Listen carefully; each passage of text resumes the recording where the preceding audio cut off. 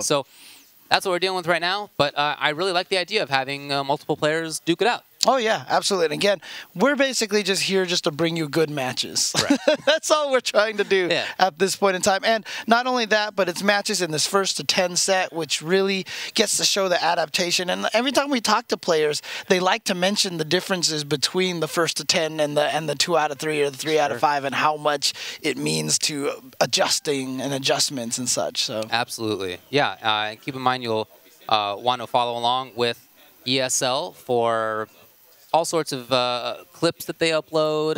You know, you'll want to know what's coming up when, and you can do so on Twitter at twitter.com/ESLSF. That's right. And if you enjoy the kind of stuff that we do here, if you like listening to us talk about Street Fighter, about fighting games in general, you can also tune in to twitch.tv/UltraChenTV. Also follow us. And every Tuesday at 8 p.m. Pacific time, we do a show, the Tuesday show, where we just talk about all sorts of everything fighting game community, like new games coming out, new patches, new versions, events events coming up. We talk about the storylines that have been going on in the FGC.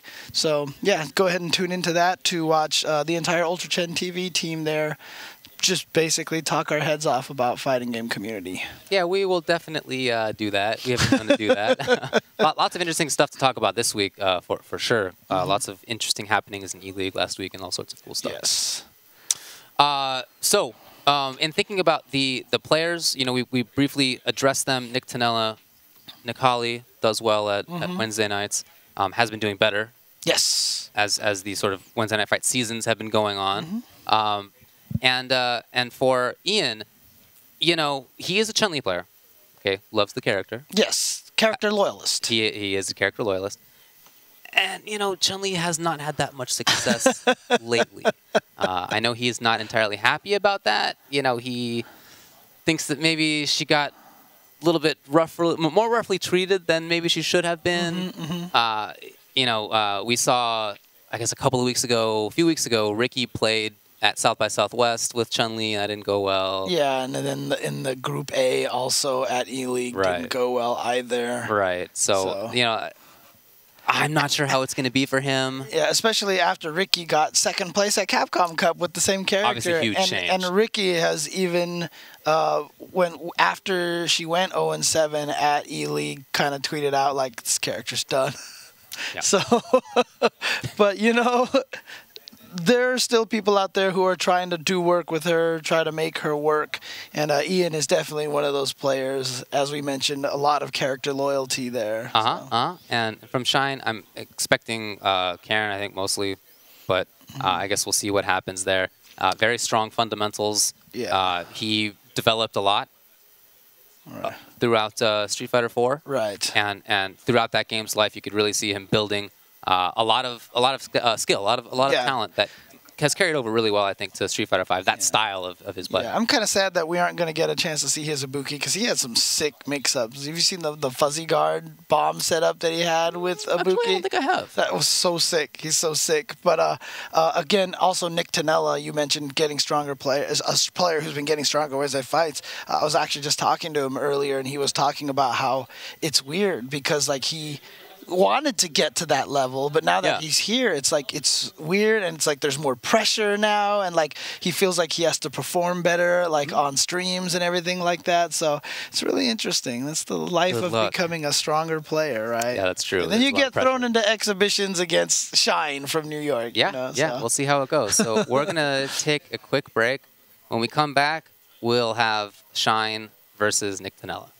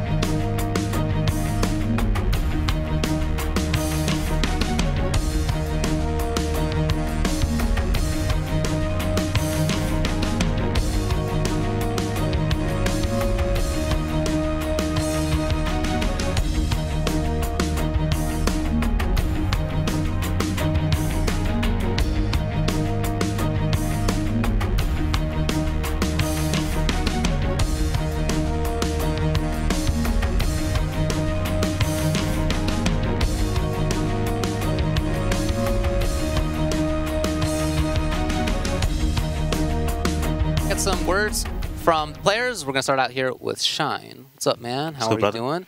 Thanks a lot for making it out here. I hope the flight was all good. Yeah, it was. It was a smooth ride. Excellent. So we have you here to play some Street Fighter V. Have you had a chance to play against the folks you'll be matched up with? You know, NickTanella, Iansanity. Any experience there? So I haven't played Iansanity since Street Fighter 4. So, you know, playing him in this game is going to be completely new to me. I've played NickTanella before online, but I don't know. There's a whole like PC between like PS4 issue. So it's like when we played, there was like lag, and then East Coast to West Coast. That so can happen, yeah. You know, lag and the Cali, they don't mix too well. For sure. Okay. You know, it was a fun time. I see. But, okay, so yeah. you lost. Maybe. Maybe. I think that's what that conclusion is there. Yeah, nah, I got cooked. Okay, all right.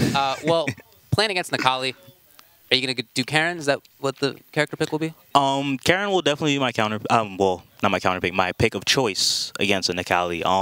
I would consider Ibuki, maybe Juri. Juri, I think, does well, but I haven't been practicing. Yeah, I think she does well against Nikali, actually. Huh. Okay. What about Karen makes you want to pick that first? Normals. I have a lot of normals. I have a lot of damage. I can kind of work at my pace. At least until he has V-Trigger, I kind of control the pace of the match, you know. As long as I stop him from jumping, then I'm pretty much good. I see. Okay. Would you consider switching if it doesn't go well for you at the start, or are you just going to hang out? We'll see how I feel. We'll see how we feel. I got a lot of choices, which is a good part about playing multiple characters. I got a, you know, variety pick from. Okay. So. Okay. And then what about against Ian? You know, maybe against Chun-Li, but as a character, how do you feel about her now, and how do you feel about which character you would go with in that matchup? You know, it's interesting because it's one of those things where it's like it depends on the player. So it really depends on how I feel. So you know, he might actually just get Ibuki. Like he might have to, you know, do some quick research on bomb setups. You know what I'm saying? So you know, I might pick Ibuki. Most likely, I think my go-to pick is normally Karen. That is my main. So yeah, of course, yeah. So are we gonna get a chance to see you traveling around to different things as well? Or? I've been making a better effort this year so far. I was at final round. Yeah. I missed Winter Brawl because I was in Atlanta at the time, but I definitely had you know, planned to go there beforehand. So you know, I definitely want to go to Combo Breaker. I'm gonna make an effort to go to CEO again because I enjoyed CEO last year. Yeah, just overall, I just want to make more of an effort to go out there. I have fun doing this. Sounds good, man. Well, I wish you the best of luck playing against Nick coming up now. But speaking of Nick, let's go over to James Chen. He's going to get conversation with NickTanella. All right, I'm here with NickTanella. How's it going? It's going good. So tell me, I want to know a little about your history here. You started going to Wednesday night fights mostly kind of as a streamer, right? You run the secondary stream at Wednesday night fights for Street Fighter V. Yeah, that actually came about in 2015, SCR 2015. Towards the end of that year, we knew that Street Fighter V was coming out. I actually just happened to get on commentary for teams on Friday. Just by chance, I saw Black Skills via asking Black Skills if, hey, do you know anybody who can commentate? And I was just like, in the back of my head, I was like, this is my moment. You know what I mean? Like, it's now or never. And I was super nervous, and I knew Vi didn't really know who I was exactly. And so I just went up there, and I was just like, hey, I heard you need a commentator. Like, and he was like, he looked at me. Yeah, it's just teams, you know, whatever. Have fun. You know, he's just like, just be hyped, though. I was like, oh, okay. And then out of that, you know, I told him that I wanted to do more. I wanted to do production. I wanted to commentate and stuff like that. So he put out, like, the next week he put out this this post on their website on Level Up saying, hey, if you want to build your community, if you want to do more with the community, just bring your stuff to Wednesday night fights and stream. And I was like, whew, all right.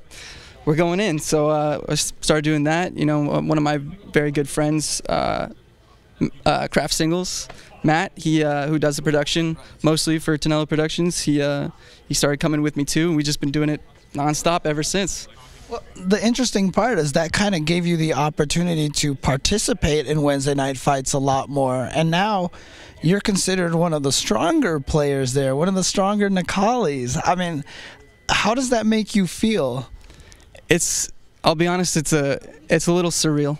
You know, because my goal from the onset of streaming was really to like show that you don't need to be godlike at video games already to get there.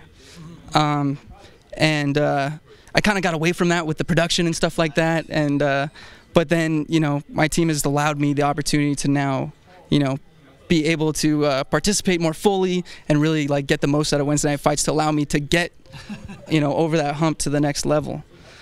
So it's been pretty instrumental into my, you know, obviously, you know, being around these really great players like Jesse, Valiant, Salu, Chris T, you know, just all the players that you've been seeing over the last like year or 2, 3 years, however long you've been tuning to Wednesday night fights. So, all right. Well, so you're using Necalli. You've been using Necalli the whole entire time, and you're going to be going up against 2 players, Shine and Ian. So that's going to be Karen and Chun-Li. How do you feel like Necalli fares against those characters right now? Because I feel like Necalli is like one of those secret top tier characters in season 2. No one talks about him, but he's still good. Yeah, the reason nobody talks about him is being like a problem. Well, I mean, some people do. It depends on your character, but it's because he's like the best. He's like the worst of the best. He's actually pretty well-rounded. You know, whatever you think about the character, he's actually pretty well-rounded compared to the cast. He's got a little bit of everything, but everything has risk to it. So, I don't know. I typically don't do well against female characters because they play in such a way that frustrates me, and that's really like by design of like a lot of the times with Capcom's games. Their female characters very good at footsies, you know, very good sound fundamentally. They're just poking at you and frustrating you. But I feel pretty good. Salu plays Karen. Ian plays Chun. We play all the time. Okay. I play like Nick D online, a lot of other like Chun-Li players online. So. Well, Shine said you guys did play online, and he kind of implied that he lost, but he said it was lag that caused that. How do you respond to that? I beat him fair and square. No, I'm just kidding. I'm just kidding. No, it was super laggy. I didn't put any really stock into it, and that's when I heard that maybe could get the chance to play him in real life. I was like, heck yeah, no, that sounds awesome. I want to see where we actually stack up because it's online. It was pretty laggy. It wasn't like, it was playable, but it wasn't even close to near a representation of what it would be offline. Well, how much experience do you have in 1st to 10 matches? Have you done something like this before? I actually, no. Because most of the time I train for 2 out of 3, and like that's like the tournament standard. So most of the time I'm playing with that like mindset in mind. But recently, not because I even heard wind of this, I just started enjoying long sets more. I didn't like long sets before because it really exposes you for your like good players, or even players that you could normally beat will suddenly just body you out of nowhere 15-0, and you're like, man, I actually suck at this game. So I kind of avoided it, but you know, I've been really diving deep into that now, and I think it's gonna be the next step for me to really like dive into the long sets. So. Well, you're going to be taking a first step here. It's going to be a 1st to 10 against Shine from New York City, which is going to be really exciting. So, guys, we're going to get to that match right after this break.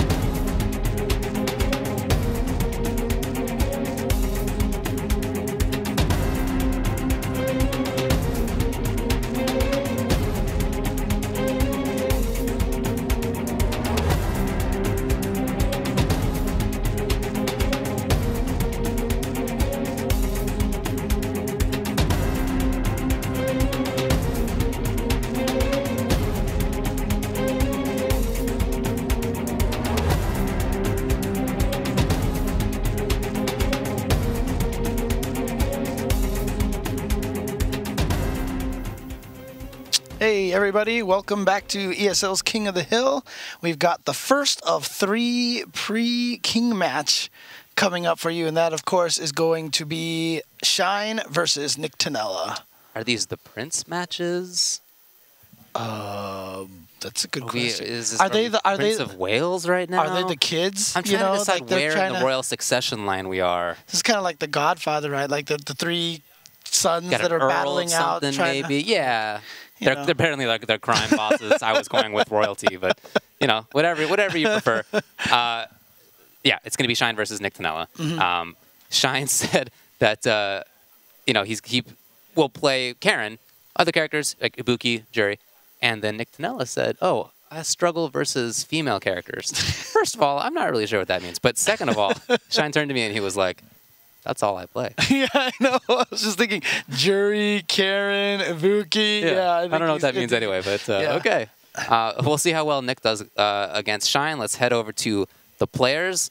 I think they have just about locked in. I think they're just about ready to go.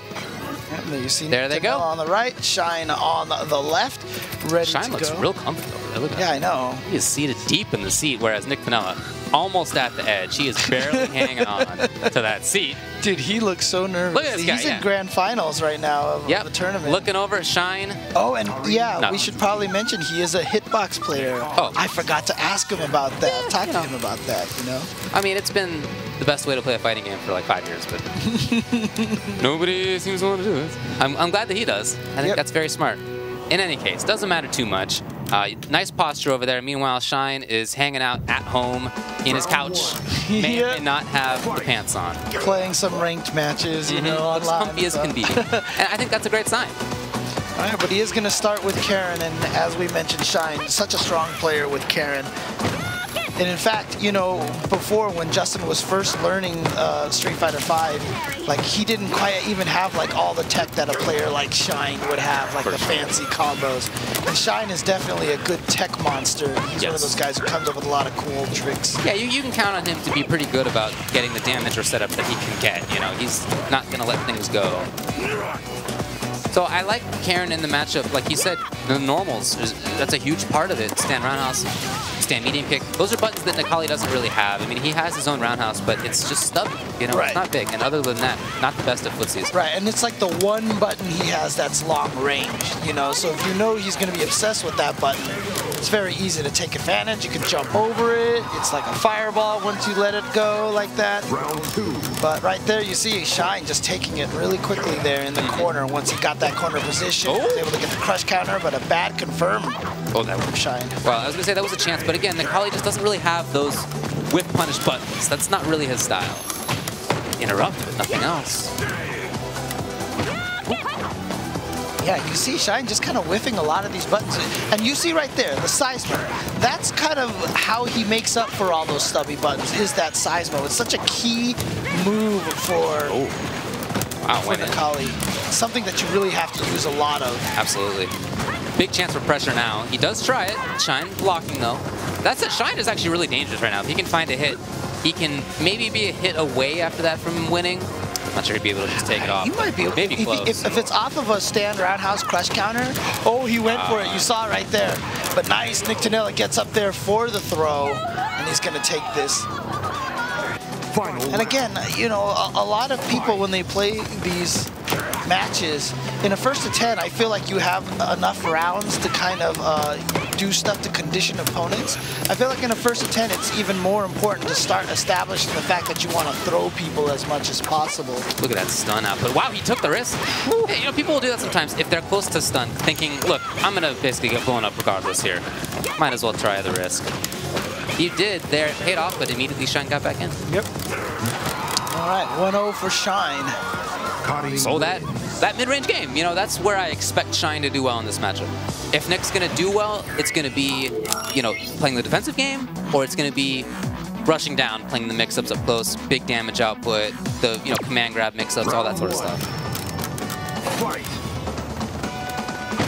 Just going right in. That V skill from Karen is just such a nice button to have in footsies.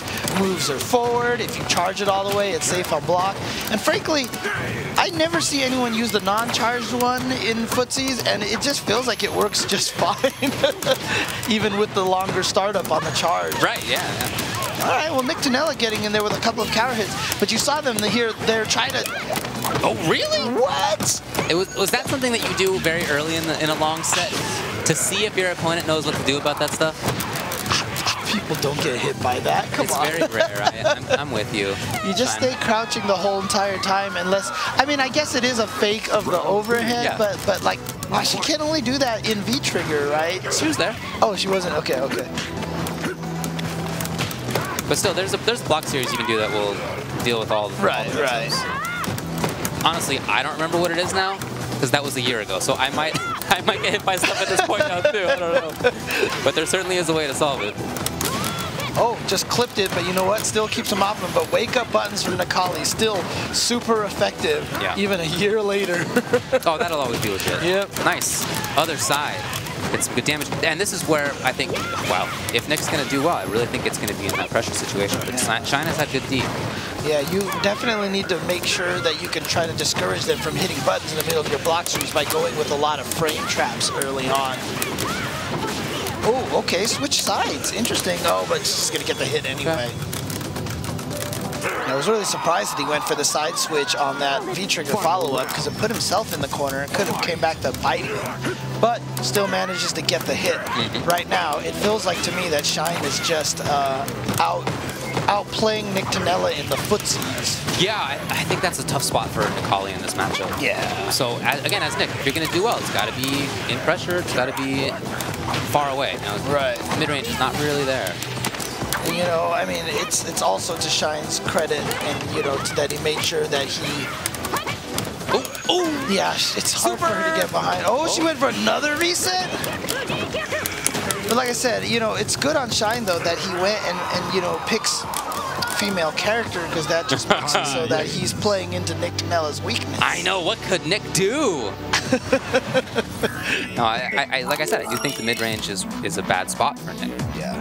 But he has had a couple of chances after knockdowns and the like to get pressure, and we've seen wake-up buttons from Shine, we've seen escapes from Shine. Right. I mean, to be fair to Nick, you know, what he described about like the typical female character in a Capcom fighting game is the fact that they generally have good footsies, fast walk speed, that kind of thing, right? You know, from a generic standpoint. Like her, Cammy, Chun-Li, all kind of fit in that category there. I hear you. Oh, wow! Dash under with the stand light punch. And Karen's light punch is definitely one of the weaker ones when it comes to anti-airs. Still can work, though. Still can work. Oh, yeah. See, so Karen's are going to switch between the stand light punch, stand heavy punch, and crouch heavy punch. Oh, yeah. There you go. Very tough to anti-air that jump pierce. And if that was with jab, then definitely lost. Nice. Here's Nick, though, battling. Try to go up for the throw. I like it. Good patience. Block it. Oh, but then touch the button. Block this time. Yeah, she was looking for it. Oh, Shine. Again, it's just can't get under there into the critical art. Yeah, he's just been so good in the pressure. Been so good mid-range. He's been able to get in. It's not like Shine is playing this, you know, sort of lame footsies. It's definitely active footsies. Yeah, Movement forward footsies.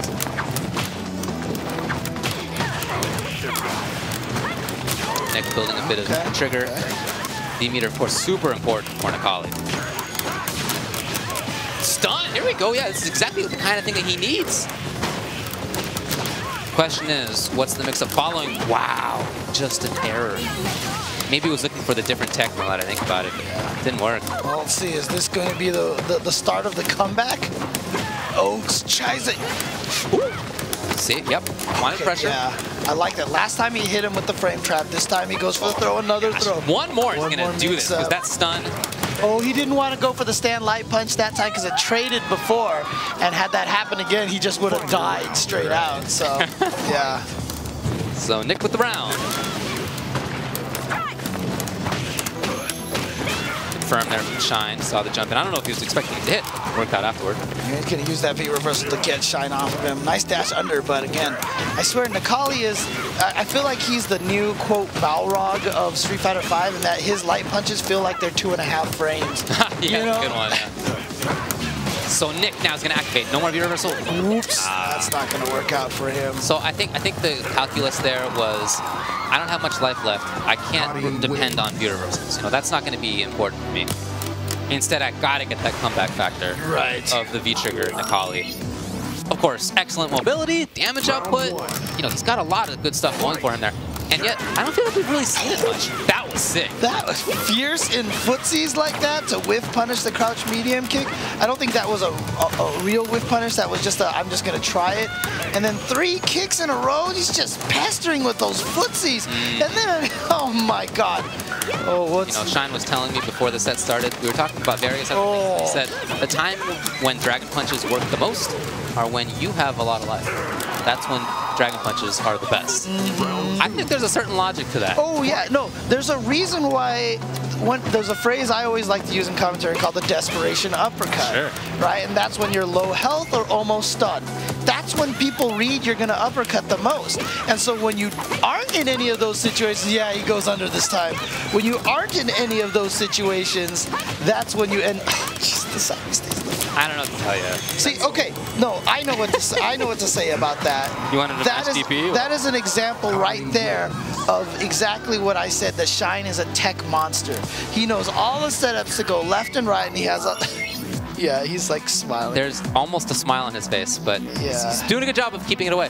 In part by, you couldn't see him there, he was actually rubbing his mouth. You ever do that? Yeah. You want to smile, but you don't want to smile, so you cover your mouth, you're trying to rub your mouth. I'm not smiling. Like scratch your face to like try to alleviate the itch of the smiling itch. Look at this guy. Exactly what's happening right now. Yeah, exactly. Now, you can actually technically mash out an uppercut in those left-right mix-up situations thanks to the 4 and 5 shortcut. So if you just wiggle the joystick between down, back, and down, forward, and keep hitting the buttons, that'll register as an uppercut regardless of what side you land on. Oh, what a jump timing against the Seismo.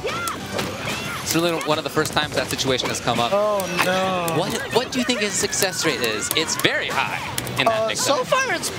Why not? Goes for the overhead instead. I think it's 100%. I think it might be 100%. And with the overhead there as well, it's getting to that crunch time now for Nick, where if he doesn't make the recovery happen, it's just going to be a snowball. Right. But the crazy part about that is... There it is. This is what I mean. Shine has all those setups.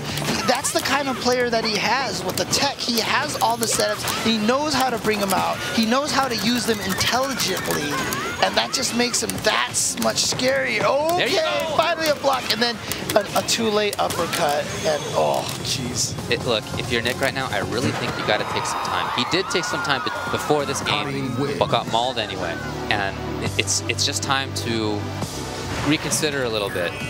He's taking all the stuff out of his pockets just in case there's something over there causing issues, you know. You never know. Maybe he got a phone call and he felt it buzzing and that threw his game off. I don't know. Actually, now that I think about it, on the hitbox, it might actually be harder to do that double side uppercut dash. Oh, no. That's fine. A little bit, maybe. I don't know. Maybe you could just slide your finger back and forth. That'll accomplish the same thing, actually. In any case, so Nick, I feel like the goal right now is to play that distance game and then, you know, pop in for damage or close, but he does not want to be in the mid-range. Yeah, don't get in the corner, too, because once Shine has gotten him in the corner, it's been done. Yeah, he really hasn't established that EX uppercut. Shine has just gone for EDs and all sorts of stuff all day. We're looking at stun, we're looking at building a bit of bar, and we're looking at maybe one more mix-up. Nick is in this. If he finds a hit, yeah, he is now officially one mix-up away. Of course. There it is. Of course. Beautiful, yeah. I considered calling it out, decided not to. But Nick did anyway. Nick called it out. Yeah, I mean, look, there have been so few pressure opportunities for Nick that when he finally finds one, I get him going in. Right. But that's why there's often a Dragon Punch in that situation. Well, that stops. So he expected it. That stops an 8-round win streak for Shine. Yikes. So good stuff there. Hopefully that's a momentum booster for him. Nice. Goes for the sweep on the juggle there. And this time the wake up EX for Senha does work. Yeah, but again, that wasn't a desperation moment, so that's what made it work. Look at this. All of a sudden, Nick getting some pressure. I love this for him.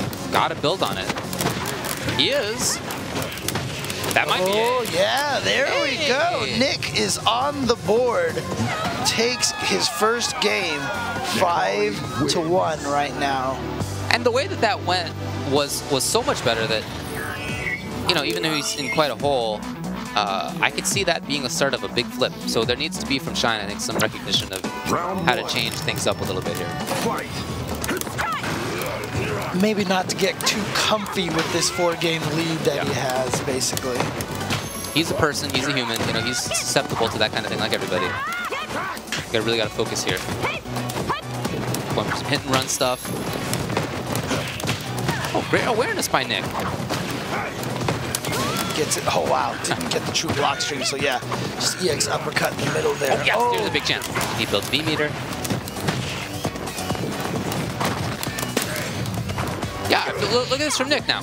More aware on defense. Well, too far there. Ooh, okay, and that can cost him big now. She's going to turn him around to the other side.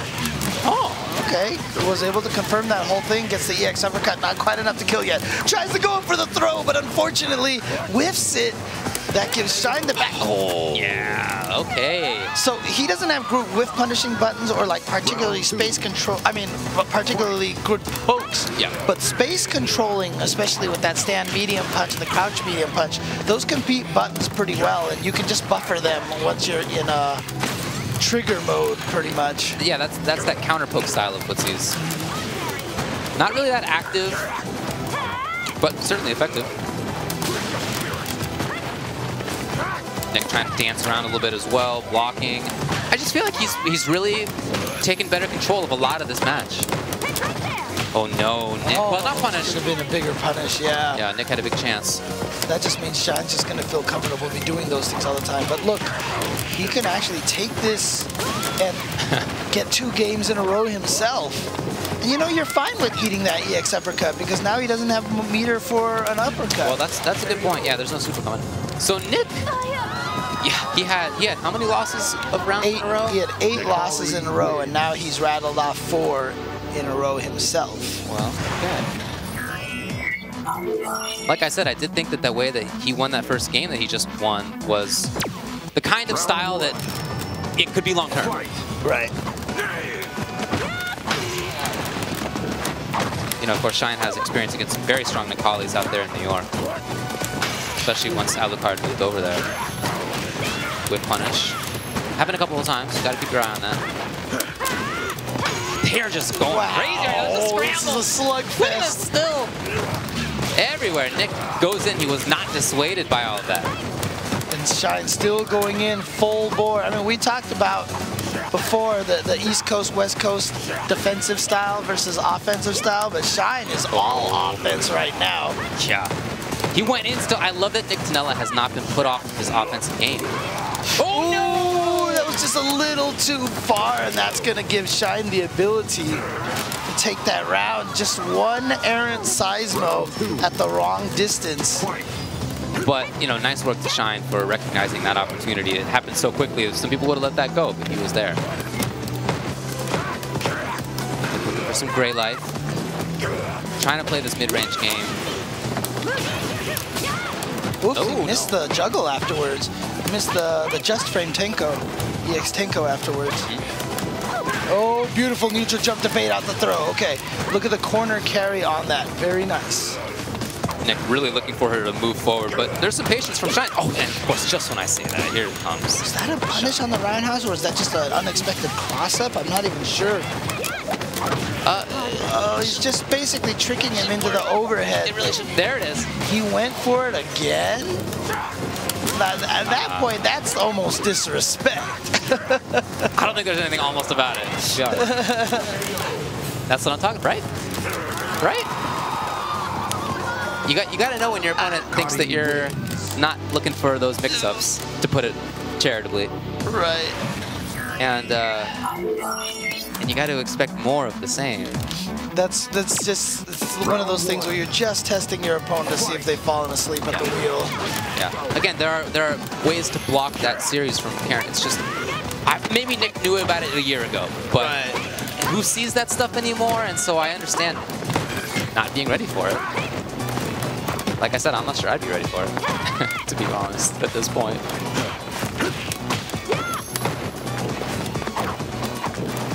Oh, there you okay, go. yeah. There's the Confirmed. delay on the dive kick. Yeah, causes it to make it much better. Basically throws off the timing with the anti-air, but a crush counter. That crush counter heavy kick is so nice. I love the lack of quick rise there. He just didn't want to take any more of that mix-up. Just stay away. Because the way Shine is playing right now, the adaptation from Shine has been to start mauling. You know, that's the change. That is Mauling. some aggression right there. Round 2. And he is just going in on NickTanella. And you know what? It's a good read on Shine's part. Most of the rounds that he's won has been this kind of mauling environment in the corner. So the read on NickTanella right now is that he doesn't deal with the pressure as well. Doesn't deal with this kind of pressure. In fact, he kind of cracks and maybe, you know, second guesses himself on which way to block and everything. Yeah, when he had those couple of games in a row, Nick was pressuring. He was moving. Right now, he's being pressured. That's not what he wants to be. Caught him low, confirm into the low, slap knockdown. Look at this very insistent stuff. Overhead. Oh, yeah. Because he had conditioned Nick to being scared of that throw. I mean, that's the mix-up right there. You know, is it a mix-up? I guess. It sort of is. The only reason why it's more of a viable mix-up now is that the overhead is safe on block in Season 2, right? So that kind of makes it a little bit more like you have to respect it a little bit. Because before, it was so risky to do either option. Right. You know, because both of them could be punished. So Shine makes the very quick counter adaptation, the kind of thing he needed to make. Now it's on Nick really to see if he can, you know, fight against that. Oh no, drop combo. It's gonna give NickTanella an opportunity, goes for that throw bait, but didn't bite. Anti-air, yes, he was there, he was ready this time, but Shine forces his way, getting a little frisky on things. Punished. Yeah. Wow, what a confirm. I know you can cancel Karen's crouching medium kick very, very late, so I'm not sure if that was a confirm or not, but... He's been very ready on the anti-air the last couple of games. Yeah. And I think that makes sense considering the way he's playing. It's not easy to pay attention to grounded footsies and air approach. However, if you are the one offensively mauling, you don't really have to consider the grounded footsies game all that much. Right. So you can, because you're blowing through it. Right. So if the opponent jumps, it's easier to keep your eye on that. That's what Shine's doing right now. Plus another thing too is once you start the mauling, we talked about desperation uppercuts. There is also the desperation jump as well that a lot of people do. A lot of people, I do it all the time. Oh, it's hard not to. And so that's why, like as you said, when you're starting to do the mauling, there's just this moment where your brain's like, you know what, I'm gonna stop being offensive because he probably wants to jump at me now. Yeah. Nick's looking for footsies. Oh, he found a big opportunity. He's gonna go for super. What do you say, James? No. Yes. I think the video feed might have been a little bit slow there. James said yes before he saw that it killed. Yes, that's true. Yeah. That's true. That's true. Is that right? Yes. No. No, it's not. Yes. No. Okay. Yeah. That good anti-air gets the throw. Good cross up. Okay. Small amount of damage off that, but importantly, builds up V trigger. Yeah, that's something he's been making as a decision the whole set. Going for beat meter rather than damage output, which is something that many Nakalis do. Yeah, a lot of Nakalis are very ground pound happy. And that's the one thing that I have noticed from Nick, is that he's not very ground pound happy. In fact, the one time he ground pounded, there it is. Shine actually just jumped over it and punished him. Right, yeah. There was that time when he whiffed one and she like did That's stand right, around. yeah. So that has not been the best for him. Oh yeah, from that far, and he comes in. Here's Okay, Nick. nice. So Nick, he likes to close out rounds with throws. That's one of the things that I've seemed to have noticed about him. But as we were mentioning though, not a lot of ground pounds. And without the ground pounds, look, I know it's risky. They can jump over it and they can kill you. It's not like a fireball that it keeps going forward. Right. You know, it doesn't have that kind of same safer feel to it. But if you don't use it a lot, I feel like that just gives Karen leeway to just beat you up with footsies all day. Ooh, tried to chase that down. We've definitely seen Punk do that a bunch of times. Chase down the back jump OS with EX Tenkos and such. There's some good battles coming out of Nick right now. Shine, though, still continuing to press. He's not been put off of his game, which is great. Good to see. Yeah, looking for it there.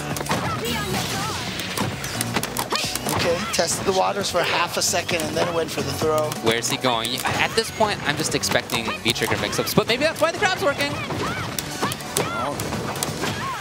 Again, challenging with that anti-air, getting that pressure again.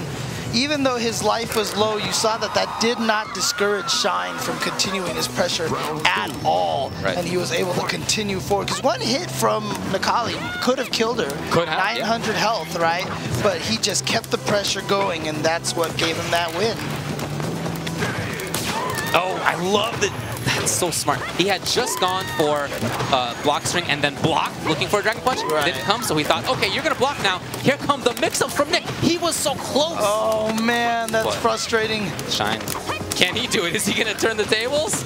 And he does, because he gets the hit, goes for the reason, but great block, and nice. Finally uppercutting through that not true block string.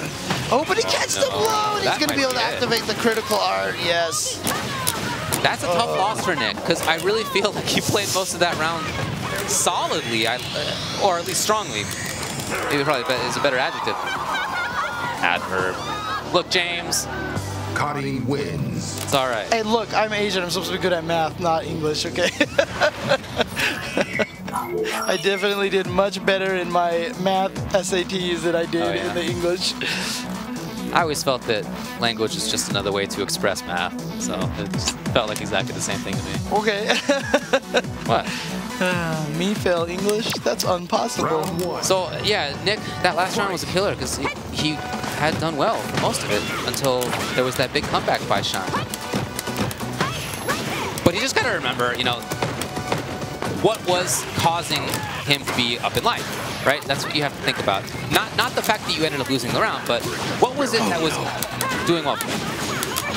Okay, getting with those Rasenha combos. Gets the juggle. Is he gonna get one more? Yes, he goes for that optimal stuff. Man. Round two. We're talking to Shine about, you know, combos and, you know, different Karen players, and he says he gets frustrated when he sees Justin get the shoulder crumple into the roundhouse. Yeah. Jinkek. He's just like, Not you exactly can do so much more. Yeah. Nice jump timing. He went a little too hard. Okay, good blocks. At this point, Nick is jumping so much that I'm a little surprised to see Shine still playing that grounded foot system rather than the anti-air consistently. But if you're Nick, keep it up because it's working. See, here's the thing, right? I was mentioning this at the very beginning of this set. I was mentioning that in a long set like this, you have a lot of time to establish things, right? So in a long set, I feel like if I was playing something like this, I would just try to throw like for the first like 2 games. Oh my God! Why not? Oh, that was a frame trap stomp? Interesting. Okay. But yeah, the thing about it is, the shimmy only works so well as your throw game. And so I feel like early on, you have to establish that. And that's what NickTanella is doing, and by doing now. But he's doing that with Shine at 8 wins already. Right. So now you don't have that many games to reap your benefits of that, you know? Might as well establish it early on, because now your shimmies will work, and so much of Street Fighter V is about showing that you can throw. Absolutely. Obviously, in a tournament of a 2 out of 3 setting, you can't afford to do it as much. Right. Oh, jeez. Shine. Oh, there's the block. And that I'm just happy for Nick, to be honest. I'm not rooting for him per se. I'm just, you know, it's good to see that he blocked it. Just oh, his own boy. mentality. Oh, boy. Oh, good blocks again. Okay, here's Trigger. Oh, yeah? Is there something coming out? He thought he was going to hit a button. Shine betted all that he was going to go V-trigger into button. Shine said, you know what? I am just going to throw out this critical art to chase you down. Did not happen. And, you know, shout out to Shine. You can see after that loss there, he had his hand on his chin for a little bit like, and he is catching up. He now has half of my wins. Round one. Fight. Again, there are these moments where Nick takes a round, or maybe most of a round, where he's very strong. Right. It just feels like what he can't deal with is getting mauled up close. Unfortunately for him, that's how a lot of the set has gone. Okay, went for the command throw that time, but see, now you have Shine jumping away. You have him thinking about throw. Right. Because of that, now I feel like he's going to be... That might have been him catching a jump back, right? That crouching medium kick. Exactly. But he's still in a bad spot. Oh, uppercut trade. You know, that's something more people are doing, is the not invincible uppercut. It's just very fast, and it trades with things rather than getting crushed. Right. And it's 3 frames. 3 frames. 3 super frames, fast. right? I mean, Stand Light Punch could do it as well. It's just that it might get crushed. Right. If there's a trade.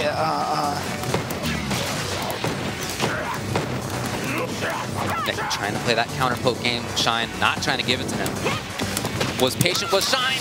Ooh, wasn't expecting the cross under that time, and there's the optimal stuff after that EX Tenko crumple. Was that more damage than just doing the super, do you think? Oh, that's a good question. Well, maybe. That's a good question. We should probably ask Shine that. Yeah, presumably he knows. Over. You know, it could have been a situation he was trying to see if 2 would finish him off. Maybe so. You know, like, let's just try to see if this would work. So round for Shine. Here comes again. Crush. Switch sides. Ooh, the EX uppercut right there. Takes the risk. No jumps from Shine.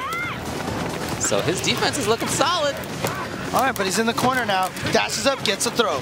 Oh, and then goes for the meaty the second time. Good stuff.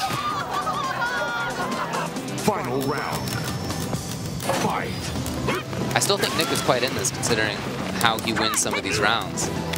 But it's going to be a lot of work, there's no doubt.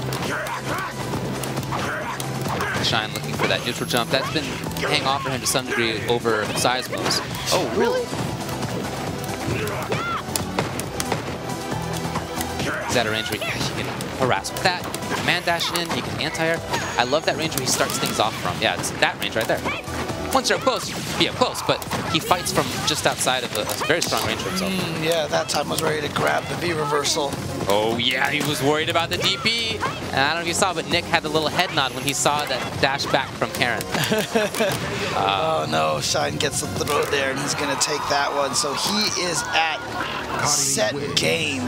It is 9-4 right now. And as you said, like, I mean, now it's getting a little bleak, obviously, because it's 1 game away. But during that match, like, I felt like if Nick had won that and got it to 8-5, like, that might have actually started the nerves a little bit in Shine, you know? Maybe. I do think that there have been changes for NickTanella in the past, you know, kind of half of the set, that if he had just started with at the start, we might have a different story now. Right. But of course, that's hindsight talking. You know, it's tough to know exactly how to go in against a new player.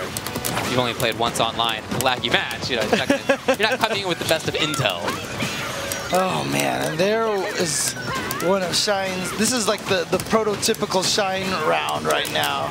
EX. Oh jeez. Yeah, that's just a snowball. So now Shine is at match point, and you know, you mentioned the bleakness for NickTanella. He can still do this round. I mean, if he's going to do it, it's going to have to be a round at a time. You can't think of the mountain ahead of you. Right. Just got to look at that next cave a little bit up the way and think, oh, I'll take a rest in there. And then the next one, and then the next one. All you're doing is just making me want to go play Zelda Breath of the Wild right now. Oh, here we go. Nick. Yep. Just want to go find all those shrines. Oh, man. Okay, gets the throw. Oh, wow, dashes right into gets the crush counter off of that. Here we go. Blocking with Shine. And then you see him looking for the anti-air, but... Oh, no whiff buffer cancel on that. Trading with that jumping heavy punch. Here we go. Activated. What's the mix-up? Oh, wow, he just uppercut in the middle of that block string. Other side, he went for the big risk there. Yeah, but now he's 1 away from potentially killing like that. That's why he went for that 1 mix-up. I feel like that just set him up at just the right amount of damage so that was going to end up taking it. There it is. Yeah, that'll be that. Yeah, I believe that's it. Yep. NickTanella's eyes shot over the moon when that happened. They were so far up. He had rolled them so high. but look, pretty consistently, Shine was able to get the mix-ups off of those trigger. Right. I get it. I'm not sure how well I would know those now either, just because I feel like I haven't seen them. But hey, you know, that's how it works sometimes.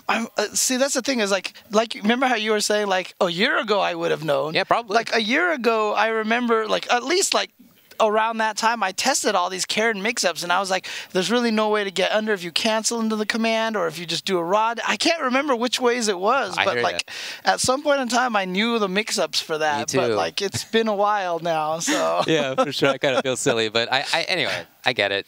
So nice job to Shine. Takes it pretty convincingly. There were moments in there where Nick was fighting back well, but just over time, the mauling from Shine was too much. Yeah, pretty much. And even looking through this, interesting to note, of the 4 games that NickTanella won, there was only one that he got 2 rounds in a row. Every other one was 3 rounds. So even the ones that he won were, struggled to get to that point. So okay. Well, we are going to take a break. We'll come back in just a bit. We're going to have Shine sitting up there still. That's right. But he's going to play against the other SoCal competitor, Iansanity, after this.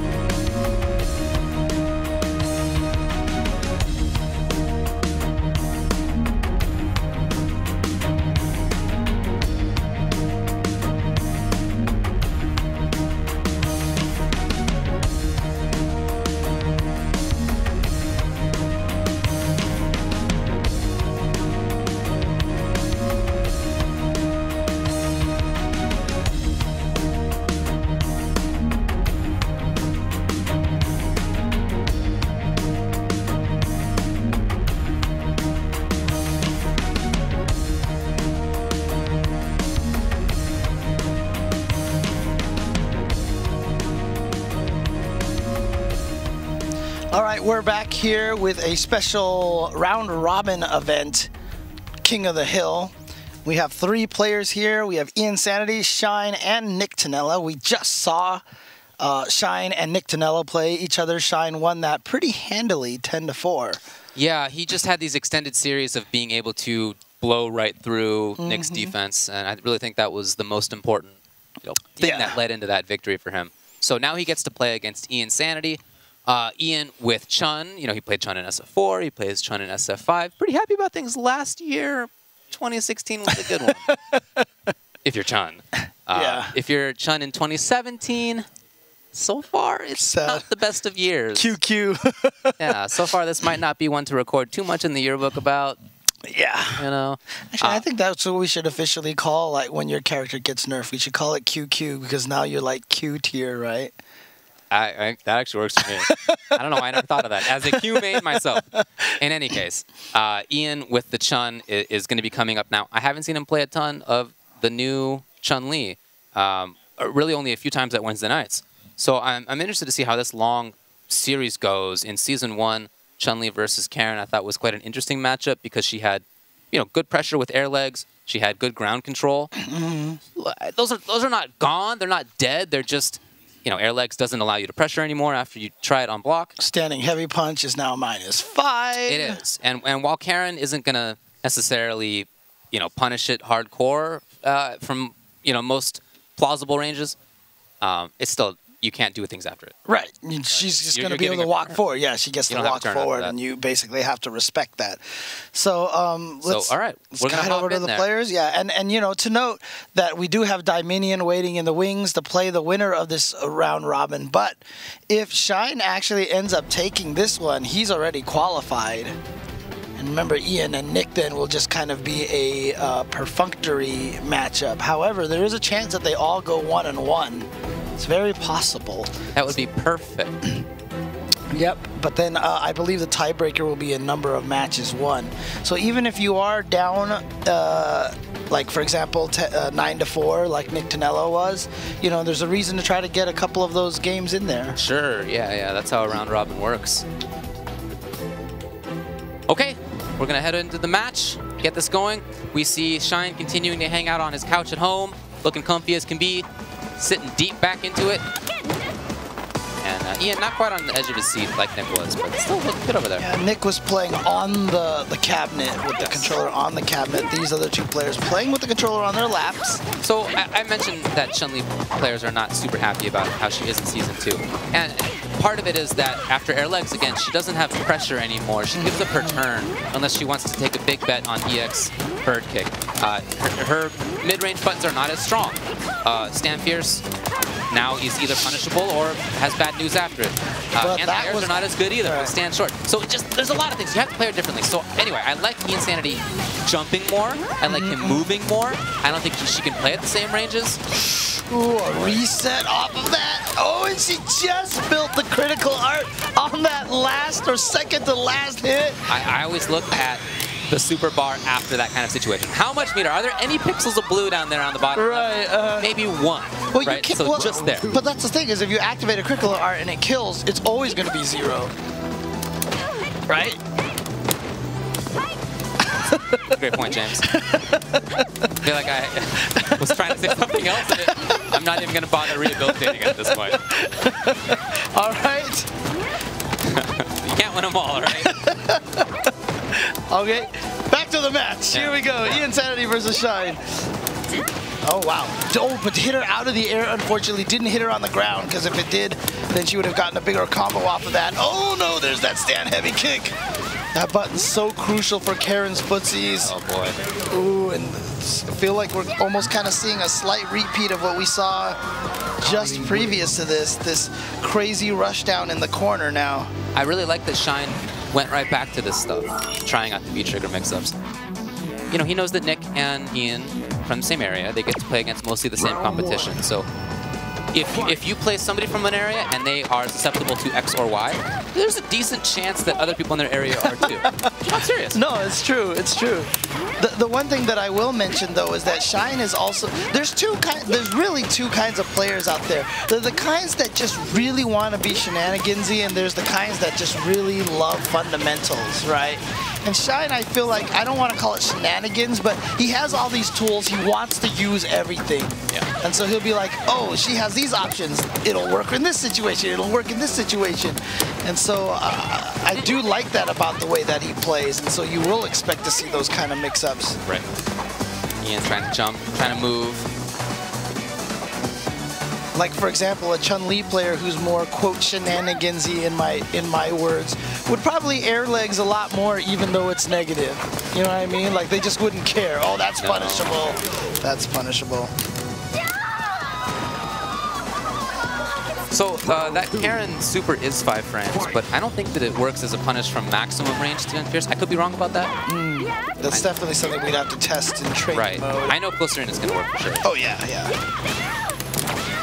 Shine is saving super meter, so that might indicate that maybe. And that was something that Iansanity was talking to me about earlier. You know, we were all talking about this April patch that's coming along, and Chun-Li's really not getting any changes at all. And in fact, you've seen Iansanity use the jump back OS tech a couple of times already. He said that Chun is technically getting nerfed because she needs that more than a lot of the other characters do. But oh, the crush! That should do it. And Shine also using that double jab technique to cover the quick rise and the back roll. We see Punk do that a lot. Shine's definitely got that tech as well. There was a lot of chasing from Shine. There was a lot of running from Ian. And like I said, I don't think that Chun-Li can really control the neutral game in the way that she used to. Round 1. I like the idea, I think, more of her being that kind of away counterpoke character, just in the way he used Stand Strong right there. But, you know, you got to put up the wall eventually. Stand Short, as I said, is the worst anti-air. Back roundhouse is the juice now, but it takes longer to start up. You have to have better anticipation. Indeed. That's just all it comes down to. Here comes the mix-up. Oh, delayed. He was waiting for the bird kick. And see, that's the thing, right? The EX bird kick will work on both sides. Technically, like I said, NickTanella could have did it on both sides, but he just didn't do it. He just never went for the uppercut in that situation. Street Fighter V teaches you that kind of doing those uppercuts are bad things, but like I said, in a long set, do the stupid things early on. Put those messages, because he never did. So Shine was like, I'm just going to go for this mix-up every single time. And it's a free mix-up because NickTanella never gave him the reason to not do it. Shine still moving forward, still pressuring. Misses afterward, but well, he had control. Now Ian gets to make things work. Juggle. Pressure, air legs, but, you know, Shine can press buttons after that. Of course, like I said, Ian can't take the risk on EX Bird. It's obviously quite unsafe. Okay, gets the slide. Oh, that could have been linked into something.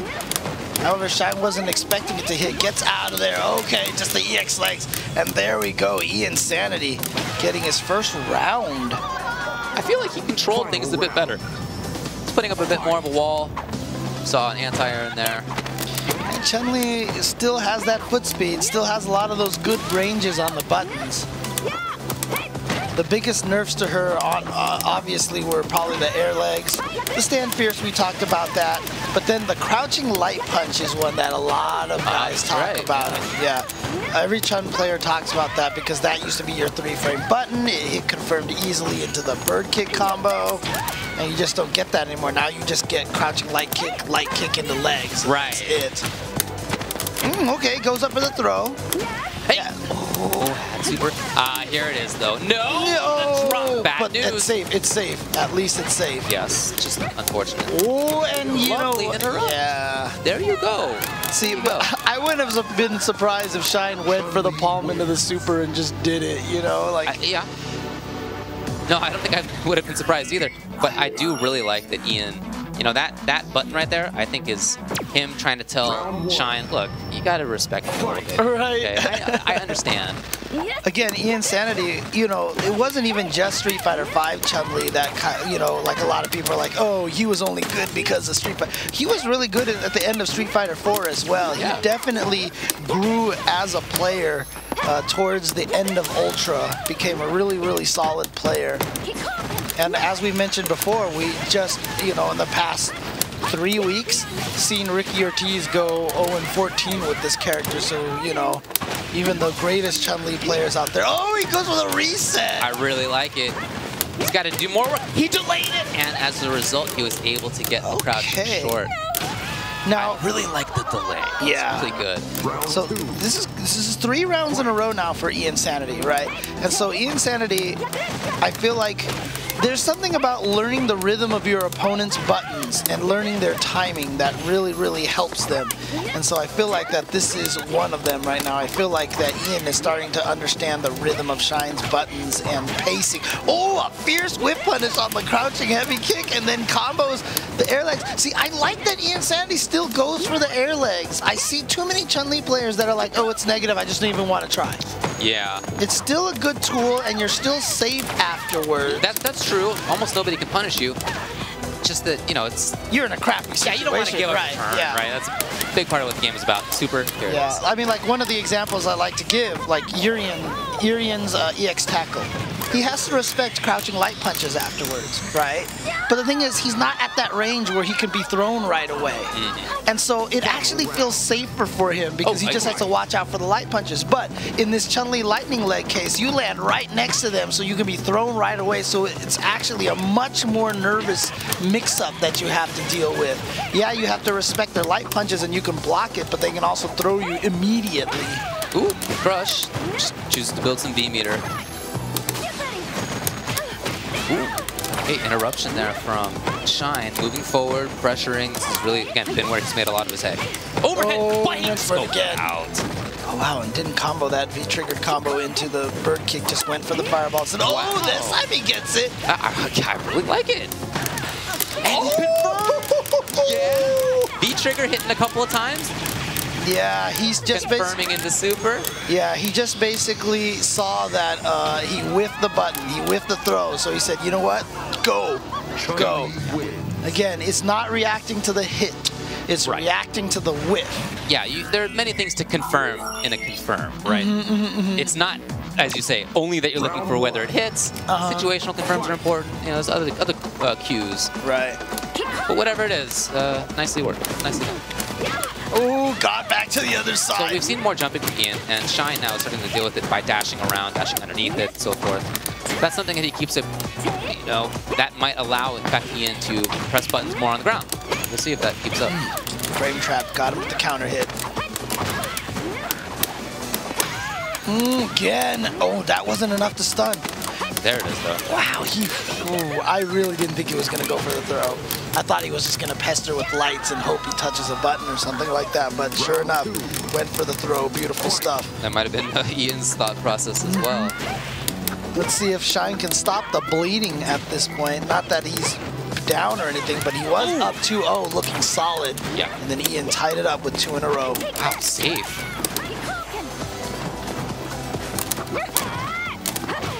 Interesting.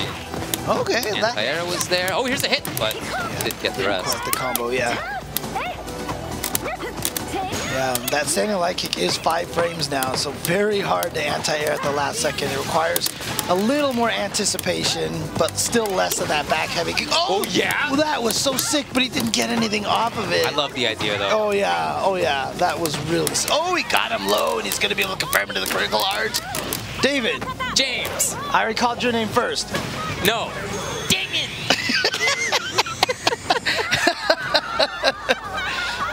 The worst part about it is the one time I was like, you know what? Karen's super always kills, and then it didn't. Yeah. And like that was like the Gandhi FSP match when Gandhi threw the one time instead of uppercutting. That's like the mind breaker. Yeah, that's when like everything just you cannot. You're done at that point in time. So.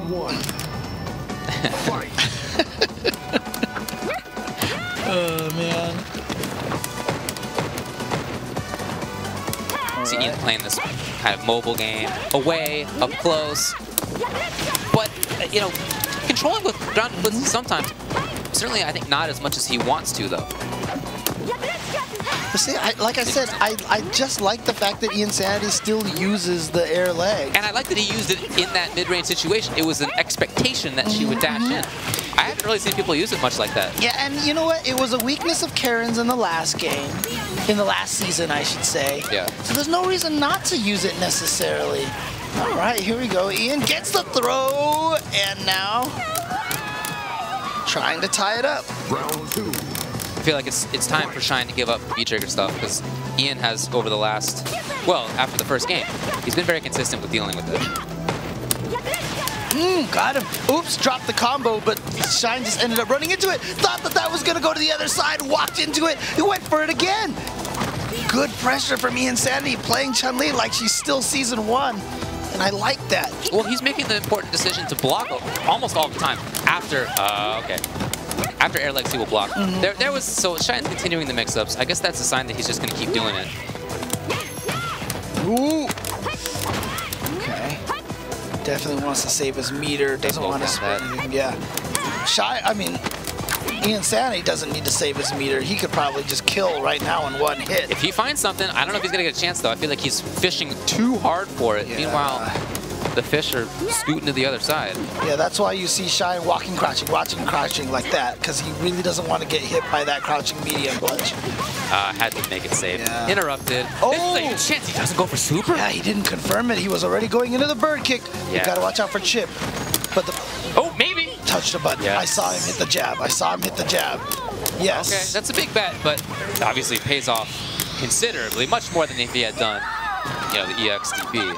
So that yes was a correct prediction right there. Oh, absolutely. So exactly what it was. It's like definitely going to kill because Karen's critical art always... I'm going back to that law. Okay, default, she always kills. Yes, she always kills. So I'm not even going to ask, is it going to kill? I'm just going to say, it is going to kill. Yeah, she's dead. Oh, going to land on that. I think that was supposed to be a forward jump, to be honest. Iansanity, again, not worried that stand fierce is negative. Still using it as a great poke. Still works as a great poke, just like you said. Oh, nice.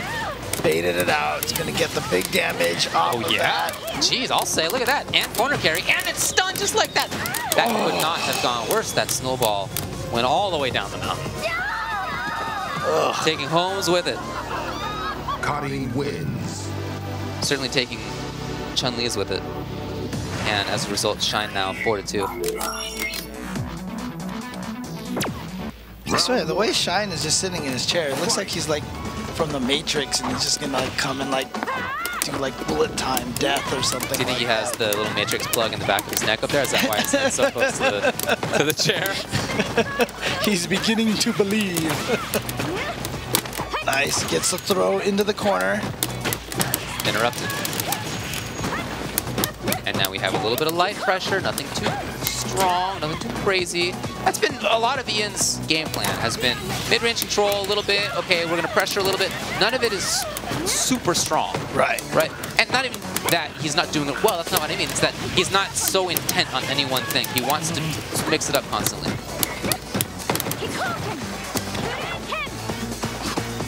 Just fishing with that. Gurenken goes in for the throw.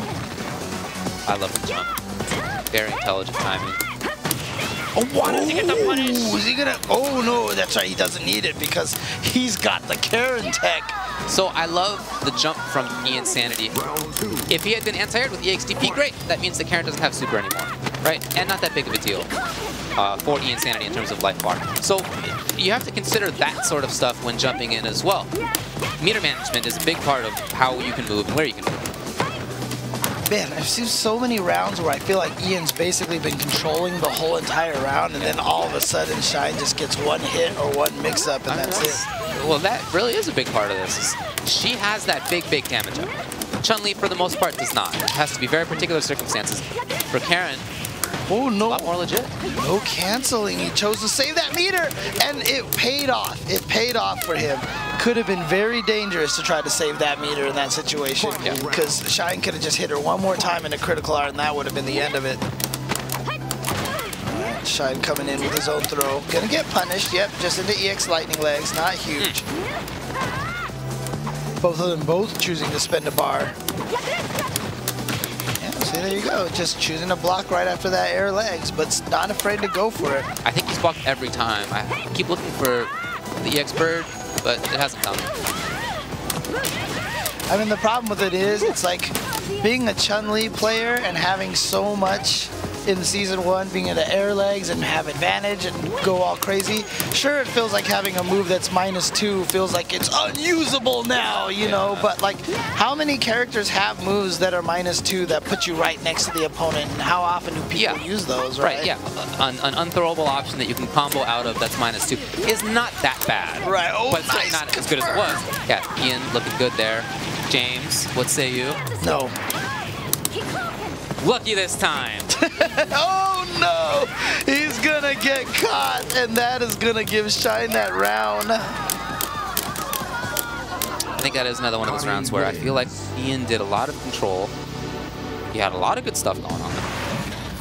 And yet Shine takes it anyway. And that's not to downplay Shine at all. I love that he, as we have mentioned, he capitalizes. You know? He will get the big damage. He'll get the big setups. He does not let things like that go. And that's a big part of why he can kill Chun-Li in just a few combos. Yeah, I mean, case in point here, we were talking about the air legs. That Karen shoulder, the Orochi, is -2. But people use it all the time, right? So it's like, you can't be scared to use your -2 moves necessarily to get in there. Ian backing himself into the corner. He wants to try to get outside of that Karen normal's range. I think worried exactly about this, but unfortunately going to move forward at the wrong time. Shine knew it though. Wake up buttons from Iansanity is going to give him an opportunity, and he is sitting on a full meter. Next hit could be a kill. There it is. Right. It's very He unfortunate for missed that. Ian. Oh, he could have punished that too. I think you're right. Oh Underneath. no! You threw the fireball. You threw the fireball. And he hasn't done that much. Right. Neither party has done that much. Not often has there been a fireball. Not often has there been an EX under a fireball. Right. It has been. So, it's quite deep into the set for that stuff to start appearing, but maybe now they're both trying to look for something else. Right. Okay, there's the risk. Gotta do it sometimes. Done in a situation, not as a desperation. Oh, yeah! Might be stunned. Oh, that's so sick. Oh my, good stuff. Great movement right there. The dash in, the dash out. Shine is up. Cutting 6-2.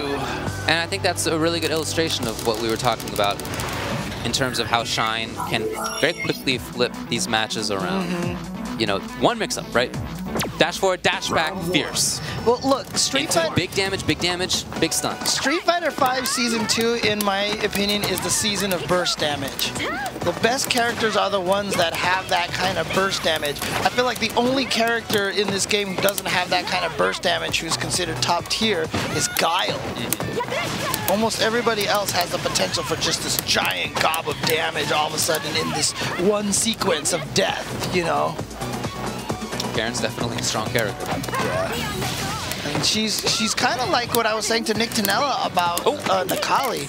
She's almost kind of like that secret top tier character, you know? Not secret, but like she's doing that. Yeah. She's hiding in the bushes. Yeah. Yeah. Because a lot of people know she's good. Punk thinks she's like super broken. Clearly a good character, no doubt. Trying to get out of the corner, accomplishes it, but now the question is who finds that button to super first? Or will Iansanity go back to this jump game like we talked about before? He jumps sometimes when the opponent has super. I think just trying to take off that EX. Right. If he gets knocked down right now, it's not that big of a deal. Oh, his is gone. Oh, yeah! Oh, okay, gets him. But yeah, I mean, look, some people like to say that their top tier characters are not necessarily top tier. Not that I have any experience in doing that in Street Fighter 4. Yeah. But Maybe you've been there, but but the thing about it is to have Punk actually come out. He tweeted one time. He's like, "I'm not gonna lie. I think Karen is broken." yeah. Pressuring. Yes, the grabs are working. The button timings are working. Iansanity now caught, trying to get out. Oh, okay, spend speeder to do it, but you know, however it comes, you gotta make it happen. Okay, that's one of her nice buffs that she did get, was the ability to cancel into that. A lot of jumping. Here's a hit. Shine, of course, still very much in this. Oh, no! the counter hit. Oh, Shine dropped the combo. Oh, that's big. Very rare. Gives Iansanity a new lease on life, and Iansanity signs it right away. He has a new car, and he's driving it off the lot. But you know, in order to do that, he took quite a risk. That stand fierce right there, that was a pretty close stand fierce. Yeah, it was. It was. I wonder if that would have been punishable by super. Oh, you're right. You know, you're right. I feel like that could have been a risk that might not have worked out in his favor, but he got the hit, so irrelevant. Oh, coming in, there you go, air legs. But you can see that follow-up combo just isn't as much damage, right? Crouching light, crouching punch in the spinning bird kick instead of before it was the crouch light punch, stand medium, crouching medium kick in the spinning bird kick. That was a very strong whip punish right there. We're seeing some good stuff right now out of Iansanity. Walking back and forth, he just needs maybe one more hit, maximum 2. Oh, God. There it is, it was 2. Challenge. But yeah, that could have been very different. Yeah. Round 2. Okay.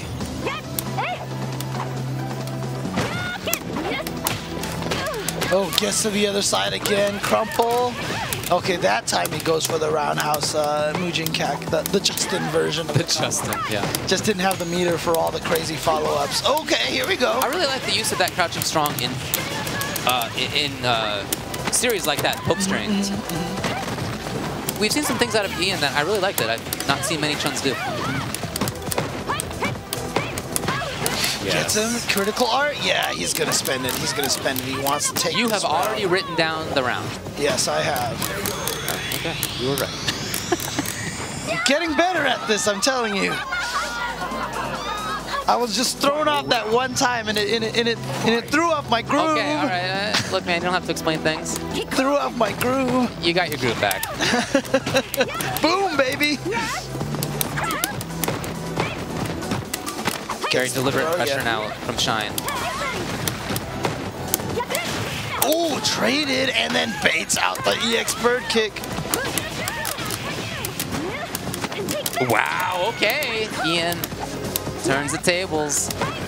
Here's Trigger, though. Ooh, okay, yeah, went for the don't check me buttons. Uh-oh, here we go. Iansanity with an opportunity. Gets in there with the bird kick. Needs a few more hits, though. Good block. That is something that Iansanity likes to go for, that towards heavy kick on that meaty. Oh, gets her again.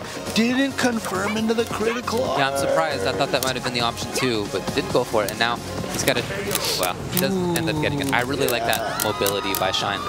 It seemed to me like he was just looking for the jump, because he's seen Ian jump in situations like that quite a bit. And as a result, I got caught off guard. I think probably Ian got caught off guard too.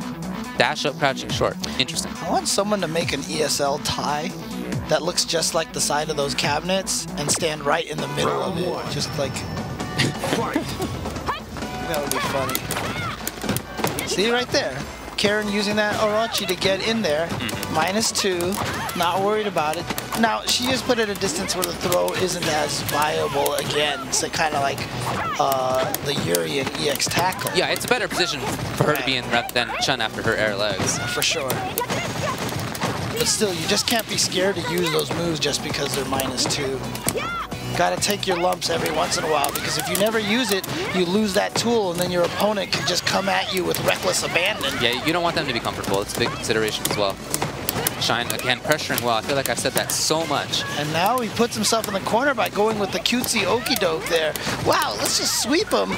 Oh, he totally could have confirmed that, but probably didn't want to spend the meter, maybe? I love the interruptions, yeah. See, Shine, as soon as that activation happened, Shine pressed stand short. Yeah. As soon as it happened, he was looking to interrupt. And although Ian didn't do it, I love that that says that Shine's willing to just be the wall. Stayed in the front that time, but Ian knew it because he was jabbed from too far away. Oh, that's punished. You got to punish that. Yeah, there we go. Gets in there. A little bit of a momentum now for Iansanity, but a great crouching heavy punch, anti-air. That's what happens if you jump at Karen from a little too far away, and she has the anticipation. Ooh, backs off. Ooh, look at the crush. Okay. Oh no, accidentally spent the meter on nothing, but I don't think it's gonna hurt her that much. Yeah. Oh, that was so sick. Got another chance. God, look at all these crazy juggles that Karen has. I love the range there from Shine. He was outside of crouching strong. Again, outside of Chun's buttons. Here it is, activation. Dashing forward into roundhouse. He was trying to dash up, fake a throw, get Shine to try to tech, and then get caught, and sure enough, Iansanity probably would have been able to take the round off of that mix-up, but you can see why it's a risk, because if he just hits a button, that's it. You just get tagged, and that's it. Now again, I remind people, if Shine wins this, he will go on to face Dieminion. And it will be 2 New York boys. Hey, well, we'll talk about that if it comes up. No need to get sad if you don't need to. You heard that big old sigh from me earlier, yeah. There's no funeral yet. Okay, there's an opportunity now. Gets out of the corner. Now, he has seen Shine. What? I'm not sure. Did Shine just know that was gonna miss? And I don't know, I love it. But in any case, it was cool.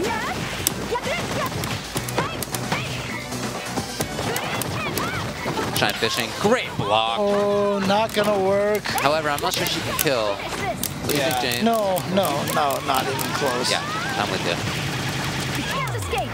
So a big bet by Shine that he still has another chance. Went for the instant overhead and he missed it. Ooh, Ian staying away. Trying to stay away anyway. Now he's down on life. The crouch light kick is gonna take it right here. Round 2. Fight. Very, you know, I feel like Shine takes risks, but is so good with the rest of his game that he can make up for those risks. He has done that pretty consistently. Ooh, that was regular bird, probably supposed to have been EX. Overhead. And just the overhead. Close to it. EX not quite enough, but the throw will do it. He's so good at getting that throw at the end because I think everyone is thinking the same thing that I normally would think, which is he wouldn't go for the, he's just gonna try to light kick me to death, you know, and it didn't happen. And we did just get word that if Shine takes this next match, because he is already automatically the winner of this week, we will just go straight to the King match after this. If Shine loses the Iansanity, then we will play the Ian versus Nick match. Makes sense. But if that is to happen, Iansanity is going to have some crazy comeback or some crazy read. I'll say. Wow, fierce beat. The crouching button from Chun-Li, amazing. Button is so much better than it looks. He's just hitting you with her elbow, on the bottom of her elbow, and then you can kind of do the whiff OS confirm. Just buffer things. Yeah. Iansanity trying to put the stop sign up, trying to control himself in the corner. He doesn't want to jump. Well, okay, successfully gets out there. Chance for maybe something.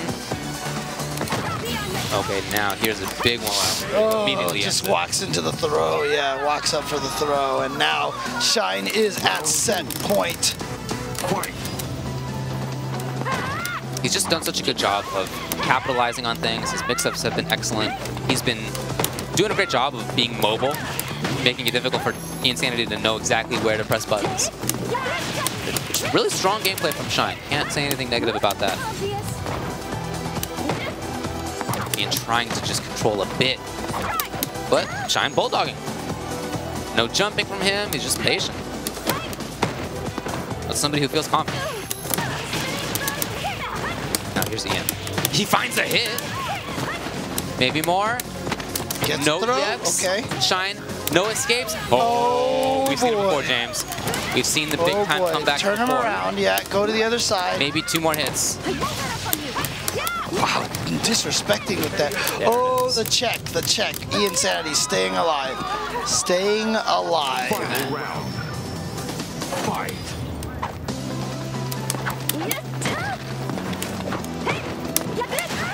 Oh, nicely done. He had EXDP to deal with that in the previous game. So he's really been doing a good job there. Ooh, nice whiff punish. But you see Ian dash back immediately after that? Kind of gave up position. Right. I get you don't want to be anywhere near Karen, especially when she has roundhouse and the trigger ready to go. Well, close to stun for Ian. Yeah, you can see Shine looking for it. He really wants roundhouse trigger. He got it! Yeah, but on a block, so that's good for Ian. So Ian now with another opportunity gets that fierce punch, another fierce punch, and a third fierce punch. That felt like Season 1 for sure. Now, I don't think her fierce punch changed on hit. It's only on block that it changed, right? If I'm not mistaken. Yeah, I can look that up for you real fast. Okay. Because if it's the same on hit, yeah, if it hits, then you can toss one out again, and it's just as good. It's 0 on hit. Yeah, I think that's what it was. I think that's what it was before. Yeah. I think it used to be like 0 and -2 or something like that. All right, so Shine now. Still trying to take this set. Just needs that one more game. Ooh. Yeah, there we go. Gets the combo. Yeah, this is the kind of chasing that has been really successful for him against both Nick and against Ian. Reset. Here comes Shine, though. He finds the hit. Oh, yeah, I feel like there was a mistake there. Oh, he stood up at the last hit. There was a scramble happening, but it's all right for Shine. He makes it work for himself, and now, again, he's at match point. Well, he took the set against NickTanella 10-4. He's now at set point now to do the exact same thing to Iansanity. Iansanity now playing a lot more aggressive zoning with the footsies. I'd see more stand fierce punches. Oh, no, that's going to be punished. And incredibly well punished. Shine trying to control that corner a little too far. Yeah, whiffed it, whiffed it. Here comes Iansanity, refusing to say die. Gotta be more out of an EX something. Probably kicks legs. Oh, says you're not going to go for that. Oh, he misses the juggle, but then gets the throw. There it is. And Shine takes it over Iansanity. He beats both NickTanella and Iansanity. And like we said, as a result, that means that we're not going to bother having the Ian versus Nick. There's no point in terms of how the results are going to end up. Guaranteed Shine wins anyway. That's so right. Why bother? Nice work to Shine. You know, we talked about a lot of good things that he did. He pressured well. He did good damage. Is West Coast free? Well, you know. In any case, might be tough times down here in LA.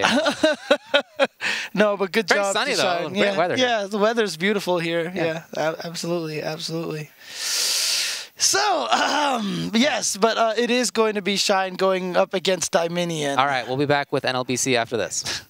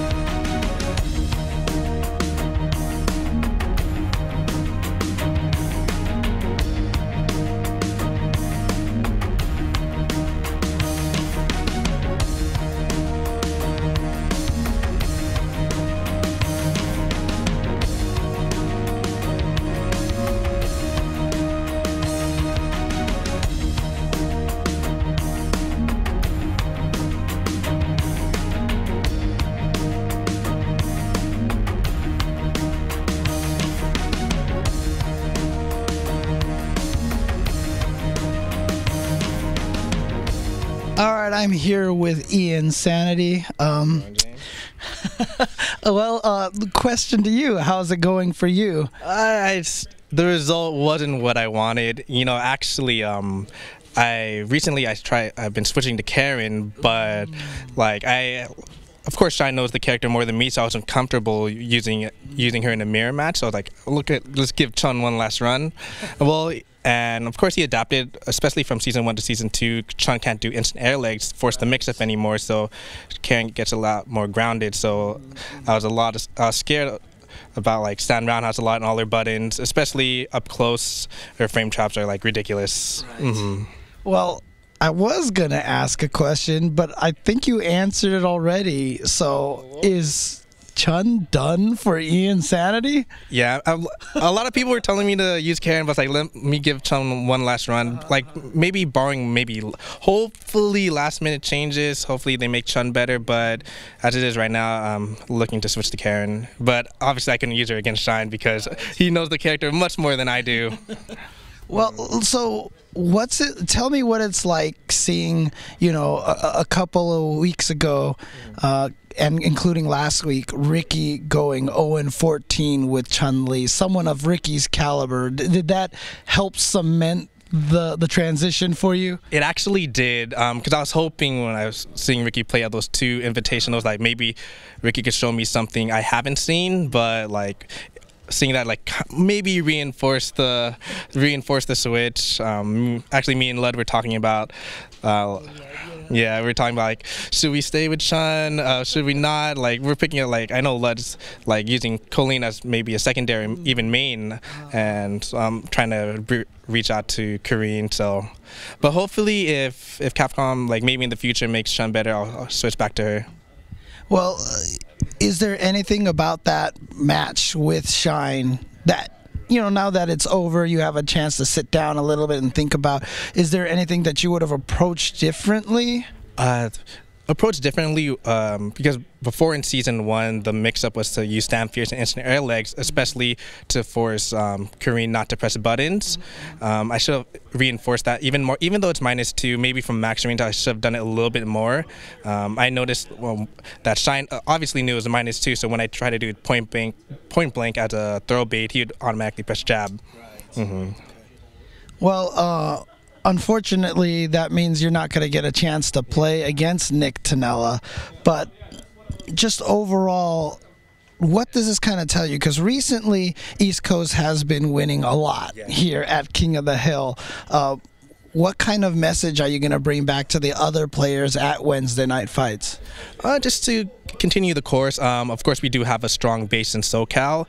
Of course, Shine uses Kareen and like and Dieminion uses Fang. We don't have that many Fang players, and I know Sal has been playing Urian lately, so hopefully like more character familiarity. Because I know SoCal is one of the strongest scenes. Like I know like even though it seems like the East may win right now, like SoCal will always like bump back up.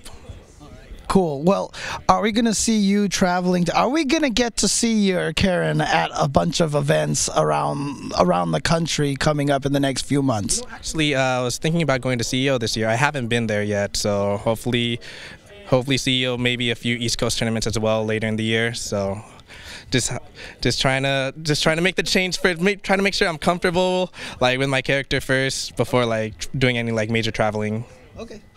All right, great. Sounds good. Good job. Good job. Thank you. All right, let's send it over to David, who's with NickTanella. All right, I'm going to have a little conversation here with NickTanella. How you doing, David? I have to get Sal's phone number from you. Yeah. And why is that? see, when the last time he did a Karen V-Trigger mix-up on you was?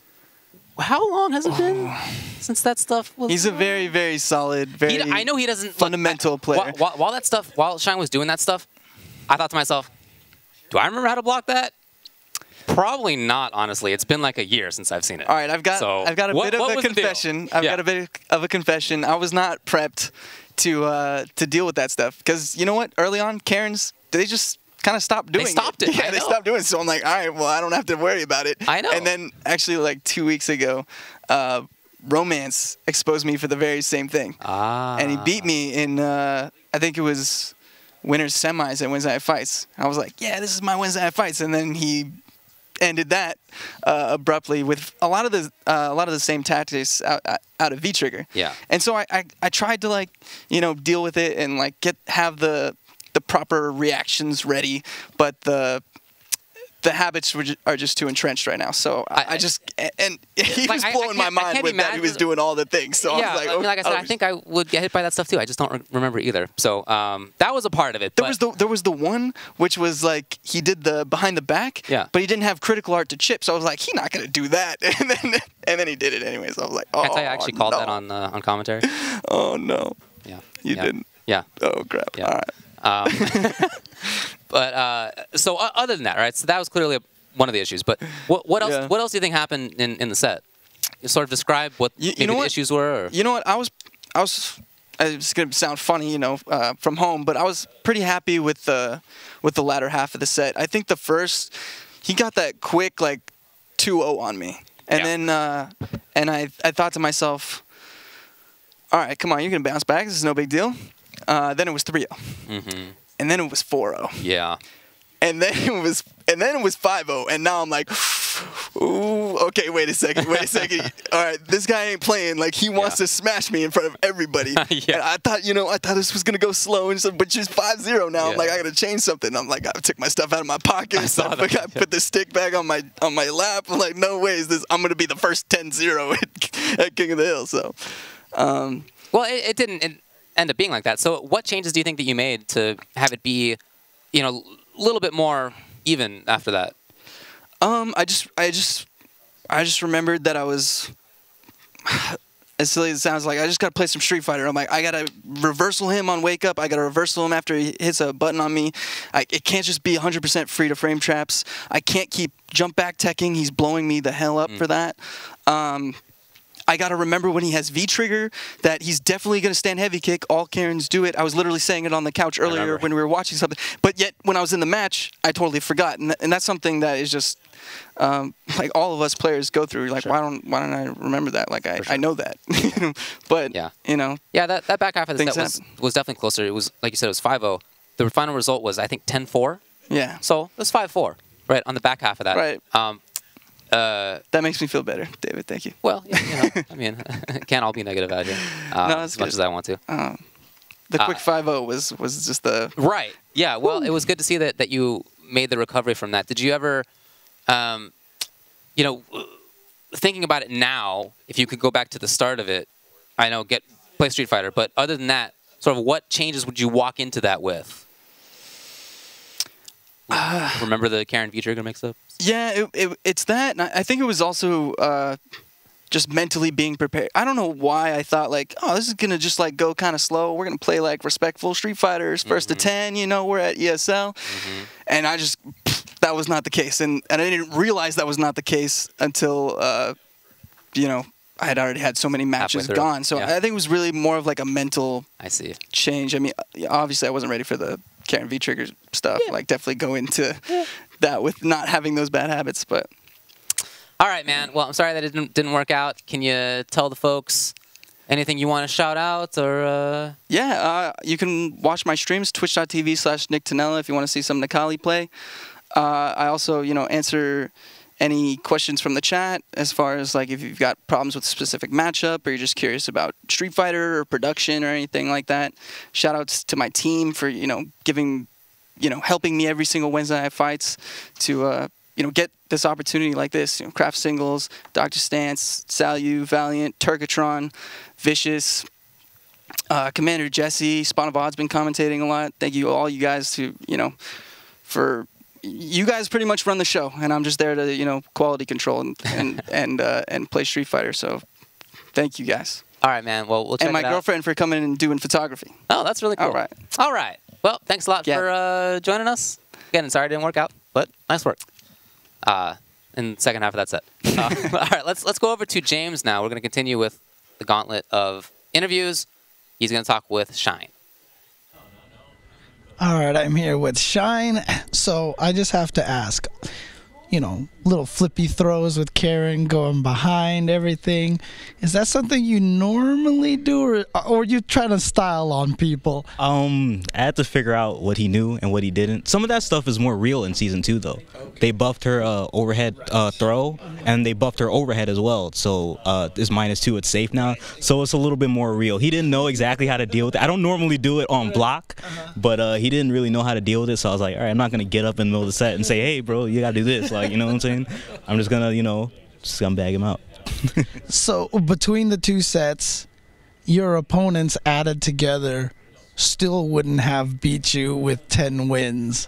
I mean, how does that make you feel? What made you so dominant here in these two sets?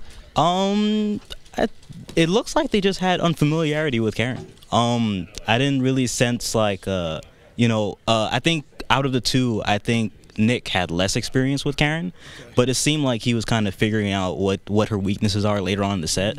So I think I think that like the more he plays, the more he'll be able to make those adjustments on the fly. You won't have to wait until like game 5 to make the adjustments. So it'll be like off of game 2 or game 1, like it'll just be like that. So I mean, that match in Season 1 was always considered heavily in Chun-Li's favor.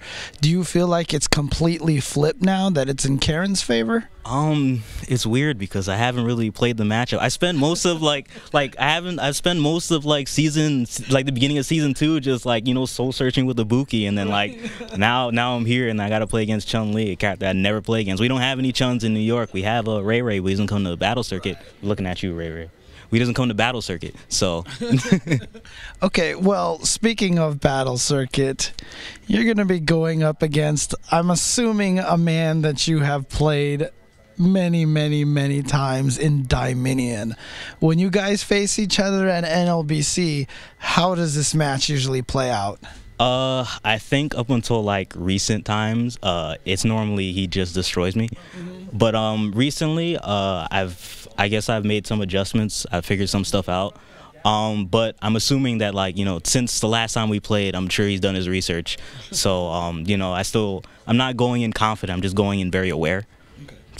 So do you have a game plan? Do you have any adjustments that you're thinking back? Okay, all these NLBCs, this is what's been happening. So you don't feel like you're super prepared for this, or? Oh no, I feel like I'm prepared. I'm just kind of like, you know, on alert, because I don't know what he's got in store over there.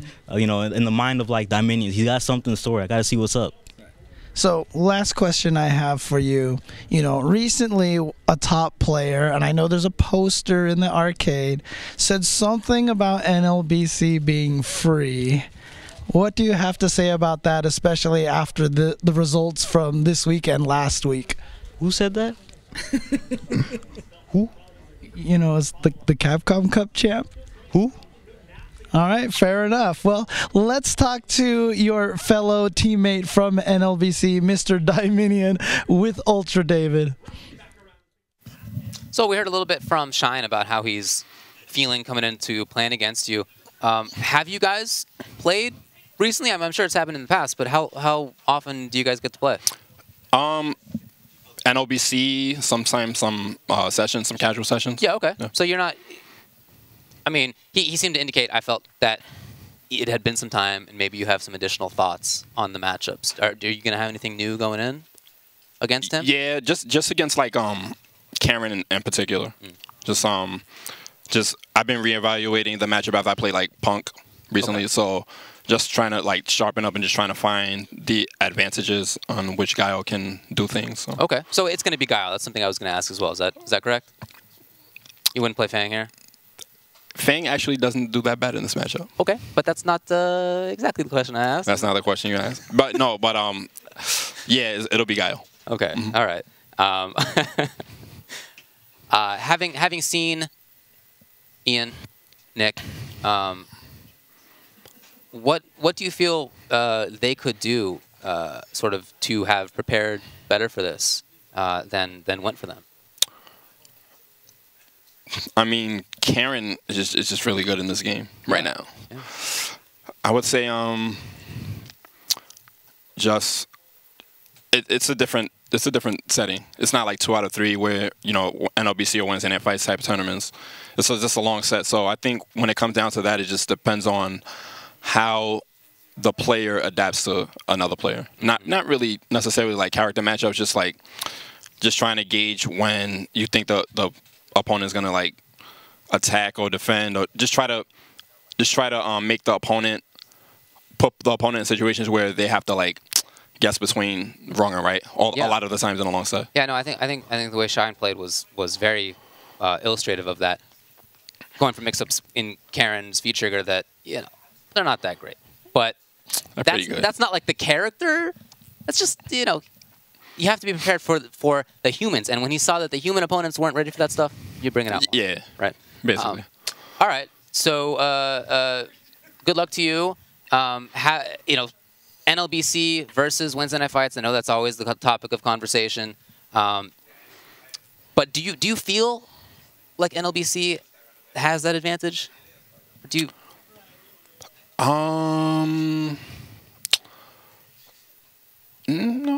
No, I don't think it's an advantage. We might. You can tell. We might in SoCal. It's fine. No, I don't think Cali's bad at all. SoCal in particular. No, but I don't know. We don't have an advantage. Definitely, we just might be showing better results right now in particular. But advantage? No, I think we're even. Okay. SoCal, well, you're here in Southern California to play against somebody else from NLBC. Good luck to you in that. Well, we're gonna take a break for now, but when we come back, we're gonna have Shine versus Dieminion.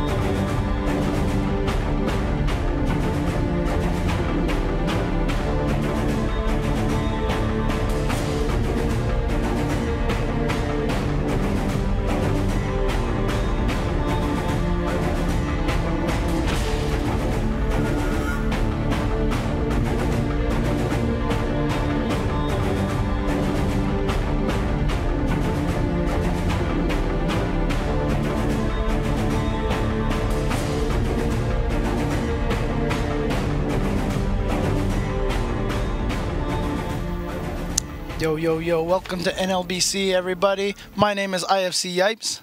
That's right. I'm Lee Chung on the ones and twos. We've got some exciting matches here for you guys this week here at NLBC. Of course, we're going to have Dieminion going up against OG Shine. It's going to be a great match. That's right. That's right. What? Oh, man. You know his first name is Francis? Pai Lee Chung? Francis? True. Yes. Okay. Anyway, yeah, it's going to be Dieminion versus Shine. Interesting to hear from Shine that he felt like there might be something new from Dieminion, and that Dieminion indicated the same, even though, of course, they've played. So I'm interested to see what it's going to be from Dieminion Guile playing against Karen. These are two strong characters in Street Fighter V Season 2. As we've said before, some people have Guile at number 1. Everybody has him in their top 5. Yeah. Karen, some people have in top 5. Everybody has her in their top half dozen-ish, you know, around that area. Certainly people have done very well with her lately. So the way that they match up, I think, is interesting because, you know, Guile has the space control, right? Good sort of wall type of play. But on top of that, as we saw when he was playing before, last week, we saw him play in a way that was more offensive, right? So he has that side to him too, but it's not a ton of damage every time, right?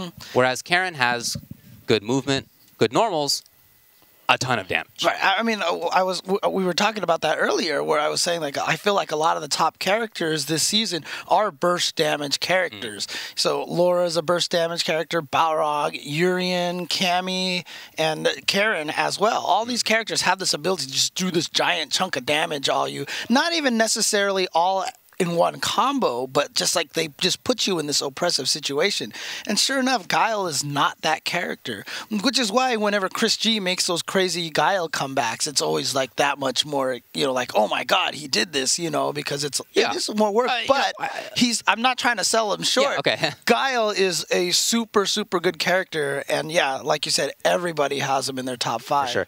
You know, his comebacks are more, I think, about getting control of the situation. Yes. Right? So rather than doing a ton of damage, it's that you probably are going to take damage to get back in, right? Very tough to avoid rather than being maybe guaranteed. But certainly the way that Dieminion played last week, I just felt like his Guile was looking very strong in a way that I'm very happy to see for him. So let's go over to the players. Looks like they're ready to go. You got Shine hanging out. He's still chilling out in his little couch over there. I know, right? And we've got Dieminion on the right. Again, super excited just to have these guys out here on the West Coast, here in Burbank, California, where the ESL studios are located. You know, we get to watch these guys all the time at NLBC, you know, but to have them out here playing against some of the West Coast players and now playing against each other in a first to 10. Yeah. It's really, really cool. I'm excited. Yeah. And it's interesting to watch people like this, you know, these kind of situations we have at ESL. I like to see not only the different ideas in gameplay, but when we get a chance to talk with them in interviews and outside of that, people from different regions have different thoughts on things. And that's always very illuminating, I think.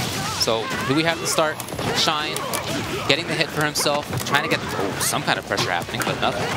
But yeah, you already saw right there, Dieminion went right out of the gates with half a life bar of damage. And here doing well. Wow, this is Rasenhoff from full screen away, and Dieminion just crouched the whole thing and just got caught. I think he thought he was going to fall into the Sonic Blade, but the Sonic Blade ran out. And look at this, Shine now making the comeback. Wow. He's going to be able to take this round. Well, that's really what we talked about in the lead-up, isn't it? Yeah. That she has that kind of damage potential. You can never count her out. All right, now Dieminion trying to get in there. Safe jump set up for Shine. And now playing this great footsie game. Yeah, Dieminion had to respect that jump. Oh, the Sonic Blades. That's so tricky. Because you know a lot of those fireballs that start next to you, kind of like a Morrigan fireball that kind of like spins next to you, makes it actually harder to jump in on them. The fact that Guile has the Sonic Blade kind of makes it so he has one of those fireballs and a regular fireball. So the timings to stop one don't work on the other. Hold on, though. There's a lot of good stage control by Dieminion, but it could all go away if Shine finds just a couple more hits. Pressuring very well. Dieminion loves to use V reversal, we know, but okay, gets the flash kick. At least gets the distance for himself. So now here's Guile trying to close out rounds. Oh, wow, really? Sneaking in there with the Rasenhan, but didn't get anything. Okay. And the Rasenhan outside of the V-trip. Oh, he went for it! Here I was ripping on the SoCal players, but apparently it works against New York too. Dead. Yeah, see, I told you. Never fails to kill. Game goes to Shine. Sticking with that theory here. Karin wins. Here's the official theorem of that. Okay. Karen's critical R always kills in those situations, and anytime it doesn't, the game bugged out. Oh, okay, sure. Yeah. Makes sense to me. So technically, I'm never wrong. Yes, you gotta stack the odds in your favor.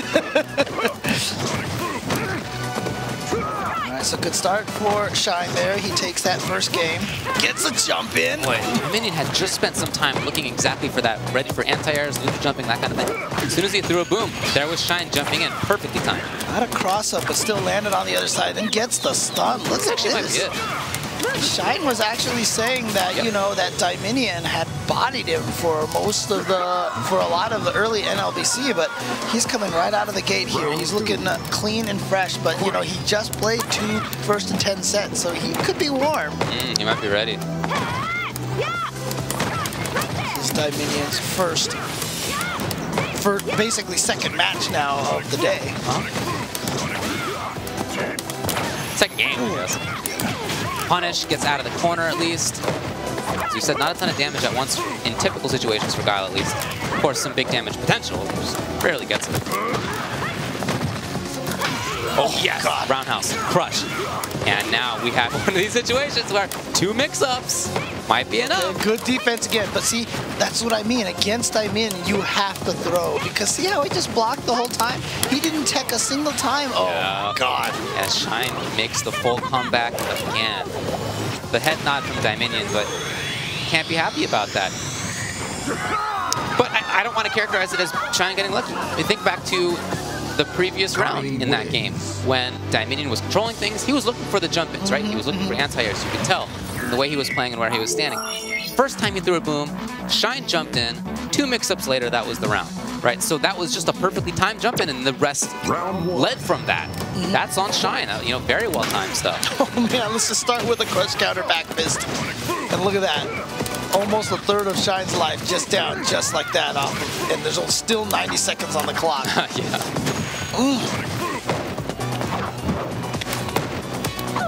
Oh, wow. Nobody hit anybody in that situation. I'm going to confirm that crouching medium kick. Again, confirming off of the standing is basically what you're seeing. That might be a stun. Not quite. Oh, he had the meter to get the stun, but he's going to do it with the throw, and because he saved all that meter, we're going to get a V-trigger into an EX, and that is good. Oh, he doesn't even need the That man EX. do the damage output exactly. He was sure. Didn't even need the EX. Okay. No anti-air. Well, okay, it works out for Dieminion. But you can see, I think, how flummoxed he is by how Shine has approached. Been strong on the ground, got underneath booms a couple times. Certainly has jumped over to great effect as well. Pressure. I really like that he does that. Stand short, short, short, back to where he wants to be in terms of range, and then jumping in, setting things up, getting things started. Look at this corner pressure. He had the read on that sonic boom again. Dieminion just going to spend this meter to take that stun down and also to get the damage. But mostly... Dieminion was worried about DP, I think. Oh, he's in. He got the counter hit, but nothing. This is not over yet. Oh, Like I said, the next... Oh, wait, did you see the racist projectiles? I mean, it's still trying to play that patient game, but comes in with boom. Oh, Dash boy. under. That EX was good. And Shine again. Wow. Comeback. 3 games. You know, I always knew Karen could do burst damage, but not to the extent that I feel like we've been seeing from Shine today. Like, I can see why people like Punk and Justin Wong think that she is top 5, you know, from what we're seeing today, because she definitely has that damage output that, like I said, a lot of the top characters have. Of course, you need ways to set up damage, and she has that too. She has these great buttons on the ground, good frame traps, lots of pressure, lots of advantage in them.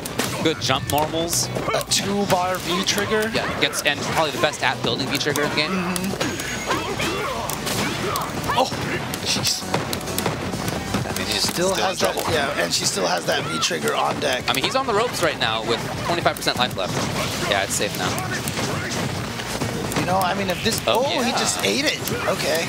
And I think Dieminion wasn't ready for it, so he only got the crouching light. At least got something out of it, though. Man. Oh, great anti-air. There we go. First round for Dieminion. It had been 6 straight rounds for Shine. First round. I mean, if he doesn't win this, do you think we're going to see a switch to Fong? Well, he did say that he doesn't think Fong does that badly in this matchup, but I think I'd still be surprised. Nice call out on that EX command dash. Got the sweep to punish it, but here comes Shine, gets the throw. Trying to figure out a way. But see, again, that Sonic Blade is so good. If she'd EX command dash, she would have just fell right into that. Right. That's why it's so nice to have that option of that stationary fireball. Oh, punish, yeah, does. Stuff, okay. Again. Oh, I love it. Classic Guile counter, the air-to-air. James, it's not over, man. It's not over. Really, could be 2 hits away. Well, she doesn't have the V-trigger anymore. But Super's on deck, and now if she finds a hit, oh man, she might not need it. How can Shine? Wow, maybe got a little greedy there. Dieminion finds it, takes the game. But you still have to not feel good about that if you're Dieminion. Like, you had that big old lead, and she was still just that 1 hit away from taking you. Yeah, it felt like he was on the roller coaster there, just about to go down the big mountain. Managed to get off in time. Oh, wow. Had enough projectile invincibility to last through that Orochi. Oh, yeah, he has commonly done Fierce after that, but there's the grab, and it works out because he so rarely does it. Still close to stunning. Oh, wow, I thought that was going to do it. Oh, just... Oh, God, you know, he had trigger, so he could have made it safe. Yeah. But still, now... God, yeah, under... Yeah, it's just an indication right now of how dangerous it is to throw projectiles in this game. Yes. Even with Guile, who is by far the safest projectile thrower. Oh yeah, but he clearly has the best projectiles in the game. Big part of why he's considered strong. But you can see the way Karen deals with it, Shine's Karen at least. Perfect timing on the command dash underneath. Great frame trap, gets a throw, close to stun. Oh, a backdash in the corner from Dieminion. And then he calls out. So we might see one of these big damage Guile chances now. Is he going to seal it on this? Red. Yeah, looking good. Yeah, a ton of damage on this, in fact. Wow, not going to kill, though. Close overhead, and he backs away. Very important timing, man. If that had been a little bit later, Karen would have been in there.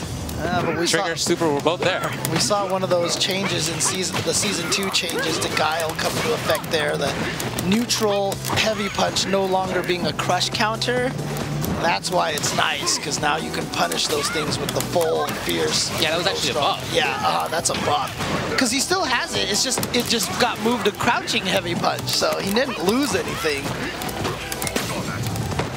Great tech by Dieminion. Builds some space for himself. Uses the trigger just as a way to escape the corner. I love it. Yeah, that's what Chris G has been known to do nowadays. And see right there, that Sonic Blade. He had the EX command dash right through there, but the Sonic Blade blowing that up. It persists long enough. Again. Right. Shine really wants that activate. He really wants roundhouse. Here, it found it. Oh. Dieminion blocking it out. Just wants to get away. You can see he just wants to get away. Oh my God. Gold. Wow. Shine again. The comeback. He just finds those ways in when he's down in life. You know, if you're playing against Guile, that's how it often goes. As an offensive character against the zoner, Round 1. you know, your goal is you don't care how much life you lose. That doesn't matter. What matters is, can you get in once or twice? We've certainly seen that play off for Shine massively to his benefit. I mean, the thing about it is Guile is so good at zoning.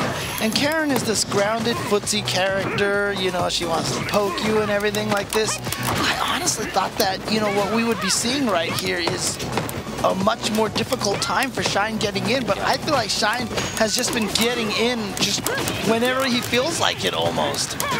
Oh my god, that heavy punch. Yeah, Shine's with the command dash on the ground underneath booms, with jumping at a range where if he doesn't press a button, he's safe, or roundhouse reaches from the sky, you know, to get Guile. And then if he finds a way in, excellent frame traps, excellent damage. So it's really just about getting that first connection with the opponent. And that's why I've said before, I don't think it really matters how much life he has. It's just a question of whether he can get in once or twice. Oh, right under the back fist. Okay, good anti. There we go. There's that new. There's the crush counter put to crouching heavy punch. Oh, throws that. This is not done yet. This is not done yet. No, absolutely not. Oh, just the counter. And you know, punch. Dieminion might have just spent the bar, honestly. Just in the super? with super. Yeah. Just be like, just please die. Just get me out of here. Please die. Get me off of this roller coaster, James. Yep. I don't want to go down. That's the please die. Yeah. The critical art. It's like that Jason Voorhees. It's just like the guy won't die. He just keeps coming. Oh god, in there every time with that command dash. Here comes Shine. Now we get to find out if that zoning, if that control that guy Oh my god. Guile had earlier in this match even matters. Oh, finally, Does it the matter? shimmy works. Okay, One escapes. of the first times last week and this week that I feel like we saw Dieminion get caught by the shimmy at all. Guile wins. Typically, Dieminion has been really good against row mix-ups. Yeah. Not just in this game, but in Street Fighter 4. I felt he was one of the best at dealing with that there as well. Man, you see these command dashes going through projectiles? What do you think of Violent Cat and Ultra Street? Oh, let's not even talk about it. My god, that thing, is that like projectile invincible all the way through the shoulder? Because I swear, it looks like the Sonic Boom is still in her when she starts the shoulder. Big part of why this is considered a bad matchup character for characters like Dhalsim, Fang, you know, people who want to control with projectiles. Oh, was worried about the DP. It didn't come, instead Shine with a great idea to throw. Now he's got the corner. Okay, he's going to be able to convert that and just knock him away. Yeah, there we go. Yeah, you see that? Didn't even do the follow-up Sonic Booms. He just wanted to get him out of there. Oh my god, again, into the elbow with a throw, but again, a wake-up flash kick now. For Dieminion, he's going to have to try to do something more disrespectful, but it's not going to... Okay. Wow! Every single time it looks like Dieminion is ready to take the round, Shine just comes right back and snatches it from him. Now crush counter sweep, gets the safe jump. Guess what? Here you are again in the corner, to the other side, to the stun, jumps over to reset it. He's gonna have 2 bars for damage, but he goes for the reset instead, doesn't even need it. The bemused smile leaking out of Dieminion's face. Oh, 5-2, 5-2. He's halfway through here, but he is not changing characters. He's going to stick with this guy. I think maybe at this point in time, he wants some practice. You know, he wants to see if he can figure out this matchup a little bit more. Oh, that makes sense. He did say he had some new ideas for it. He didn't say what they were. Oh, catching him. Whatever it is right now, it's not working out. I caught him out of his jump frames. Yeah, it's a tough mix-up for anybody. You know, I'm not gonna lie. I'm actually 100% shocked that Capcom never got rid of that jab juggle. I was too. I'm happy because I think it's pretty cool, but I was also surprised. Right. It seems like the kind of thing that they would get rid of. It is a glitch. Like, Yeah. you could totally tell it's a glitch. Yeah, it is. But it's cool. I'm glad that they kept Yeah. it. It's just, it's strong. The question is how to deal with it as the opponent. And of course, Guile can do flash kick, but that's a big risk. right. Ooh, punching right through. Wow, did you see him dash up? I mean, I don't think that was in reaction to the crouching kick. No. It was just very fortunate timing on Shine's part, but it got him in. Well, timing is a big part of this, you know? You Yeah. can't always react. A lot of times it's possible in any game, so you got to come in with ideas about what to do in advance. There's Dieminion controlling things. don't think we've seen that terribly often. No. Like I said, he has not been able to zone with these fireballs at all because Karen has just been command dashing through them, just like this, all day. And Shine is, he stands a lot at an excellent range. And when he sees that his stuff is being blocked, he pushes himself out with stand short, stand short, stand short. Back basically to that range. Oh, he actually got Dieminion to whip a throw. Dieminion interrupts. He gets out of the corner. Now, setup maybe? No, it's base control. Good blocks. Oh, God, another one. But look at how much meter Dieminion is using to try to keep Shine out. That means that there's no invincible option now for Guile. He can't wake up flash kick. Well, he can anti-air flash kick, but if he gets knocked down, he's in trouble. Oh, beautiful. Here it is. Yeah. He is not. Oh! That's safe. It's safe on block. I would love the V reversal, actually, just to get that distance again. Right. Oh, and walks up and gets the overhead. There we go. Dieminion taking his third game now. Guile wins. Getting it closer now, and this is why, one, we play long sets like this, and two, why Dieminion wanted to stay with this character. Yes. You know, he was like, you know what, I'm just going to stick with this character. Fight.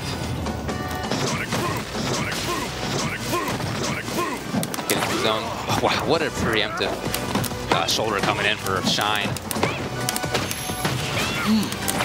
I just love his spacing as he moves forward. I feel like he's taken into account so many things. Oh no, got him to whip a throw again.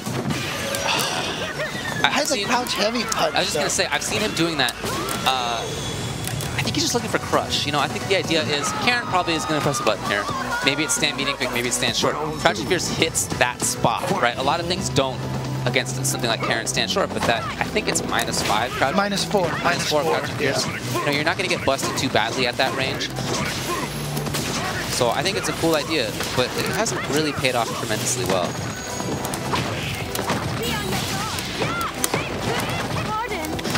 Tries to get back there.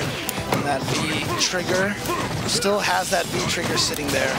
Okay, tried to use the Gurenken to get through with the projectile nullification, but he threw the EX, so was able to hit her. See them did not press it off. He got the knockdown on Karen. He just wanted to get back to zoning. Anti-air boom. Interesting anti-air boom, yeah. The Mike Watson, as they call that. Oh my God, getting right under there again. Well, that was a punish, but just didn't get the full punish. Oh no, the stand light punch is not going to work. Good block, good punish. Very nice, actually, yeah. Love the link. Here comes Karen. Dieminion trying to block it out. How long can you do it? There's a lot of gray on that side. And it's gone. It's in there, yep. Oh, tried to bait out the flash kick. Tried to bait it out. Okay, Dieminion regaining control of things. Jabbing her right out of the reset, huh? And then that EX Sonic Boom and V-Trigger getting a ton of damage. Oh, yeah. Wow, that was sick. What a reaction there by Dieminion. And guess what? We're at 5-4. So what seemed like a romp for Shine, it's all of a sudden only a one-game difference between these two players. And again, this is why we play these long sets, because that gives the chance for a player to make the proper adjustments. And it looks like Dieminion has done just that. If this had been a tournament match, he would have lost 2-0 or 3-0. Yep, exactly. But it's getting close now. Yep, the chat would be calling Dieminion washed up. I know, right now. if we lost like that. They'd be saying he's free. Yeah, Karen's best. Well, Shine looks like he's trying to remind us why we were saying that earlier. Here comes Dieminion.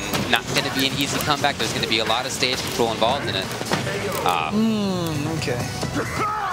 Dieminion almost made me regret. I had marked down the round win for him very early. Yeah?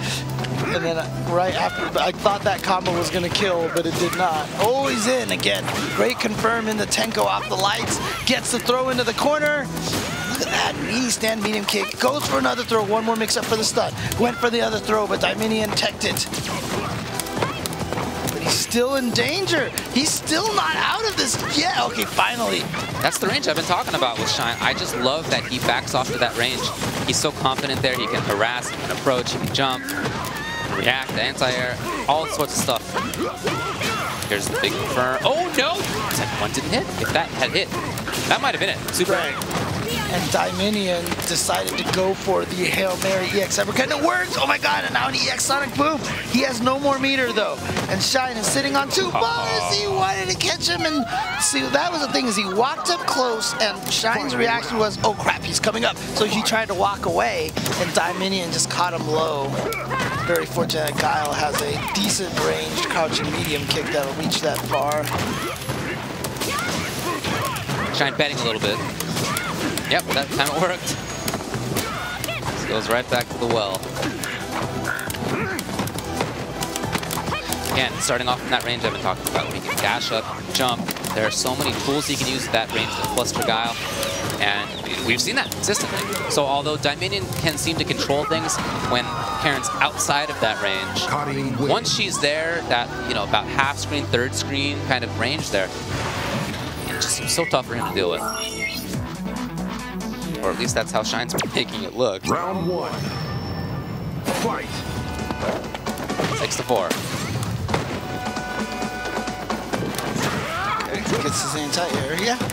Like you said, and you know what? He's kind of landing it a little needy as well, yeah. so it's going to be a lot safer on block. Yeah, it has 5 active. Oh so yeah, it can actually be +1 on block. Yeah, very easily, very easy to time it to make it safe. The low, and Dieminion didn't take the bait. No punish, but I like on his side that he at least blocked it. It's good to see. Shine insistent. Man, Shine just going in with that V-trigger. Yeah, and if you don't use the backstep on it, you can get quite a few good Enken series in there. That was that jump. You know, that's exactly from the range. And EX Tenko exactly from that range.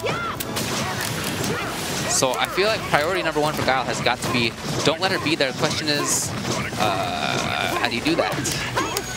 How do you keep her out of that spot with that mobility? Ooh, nice.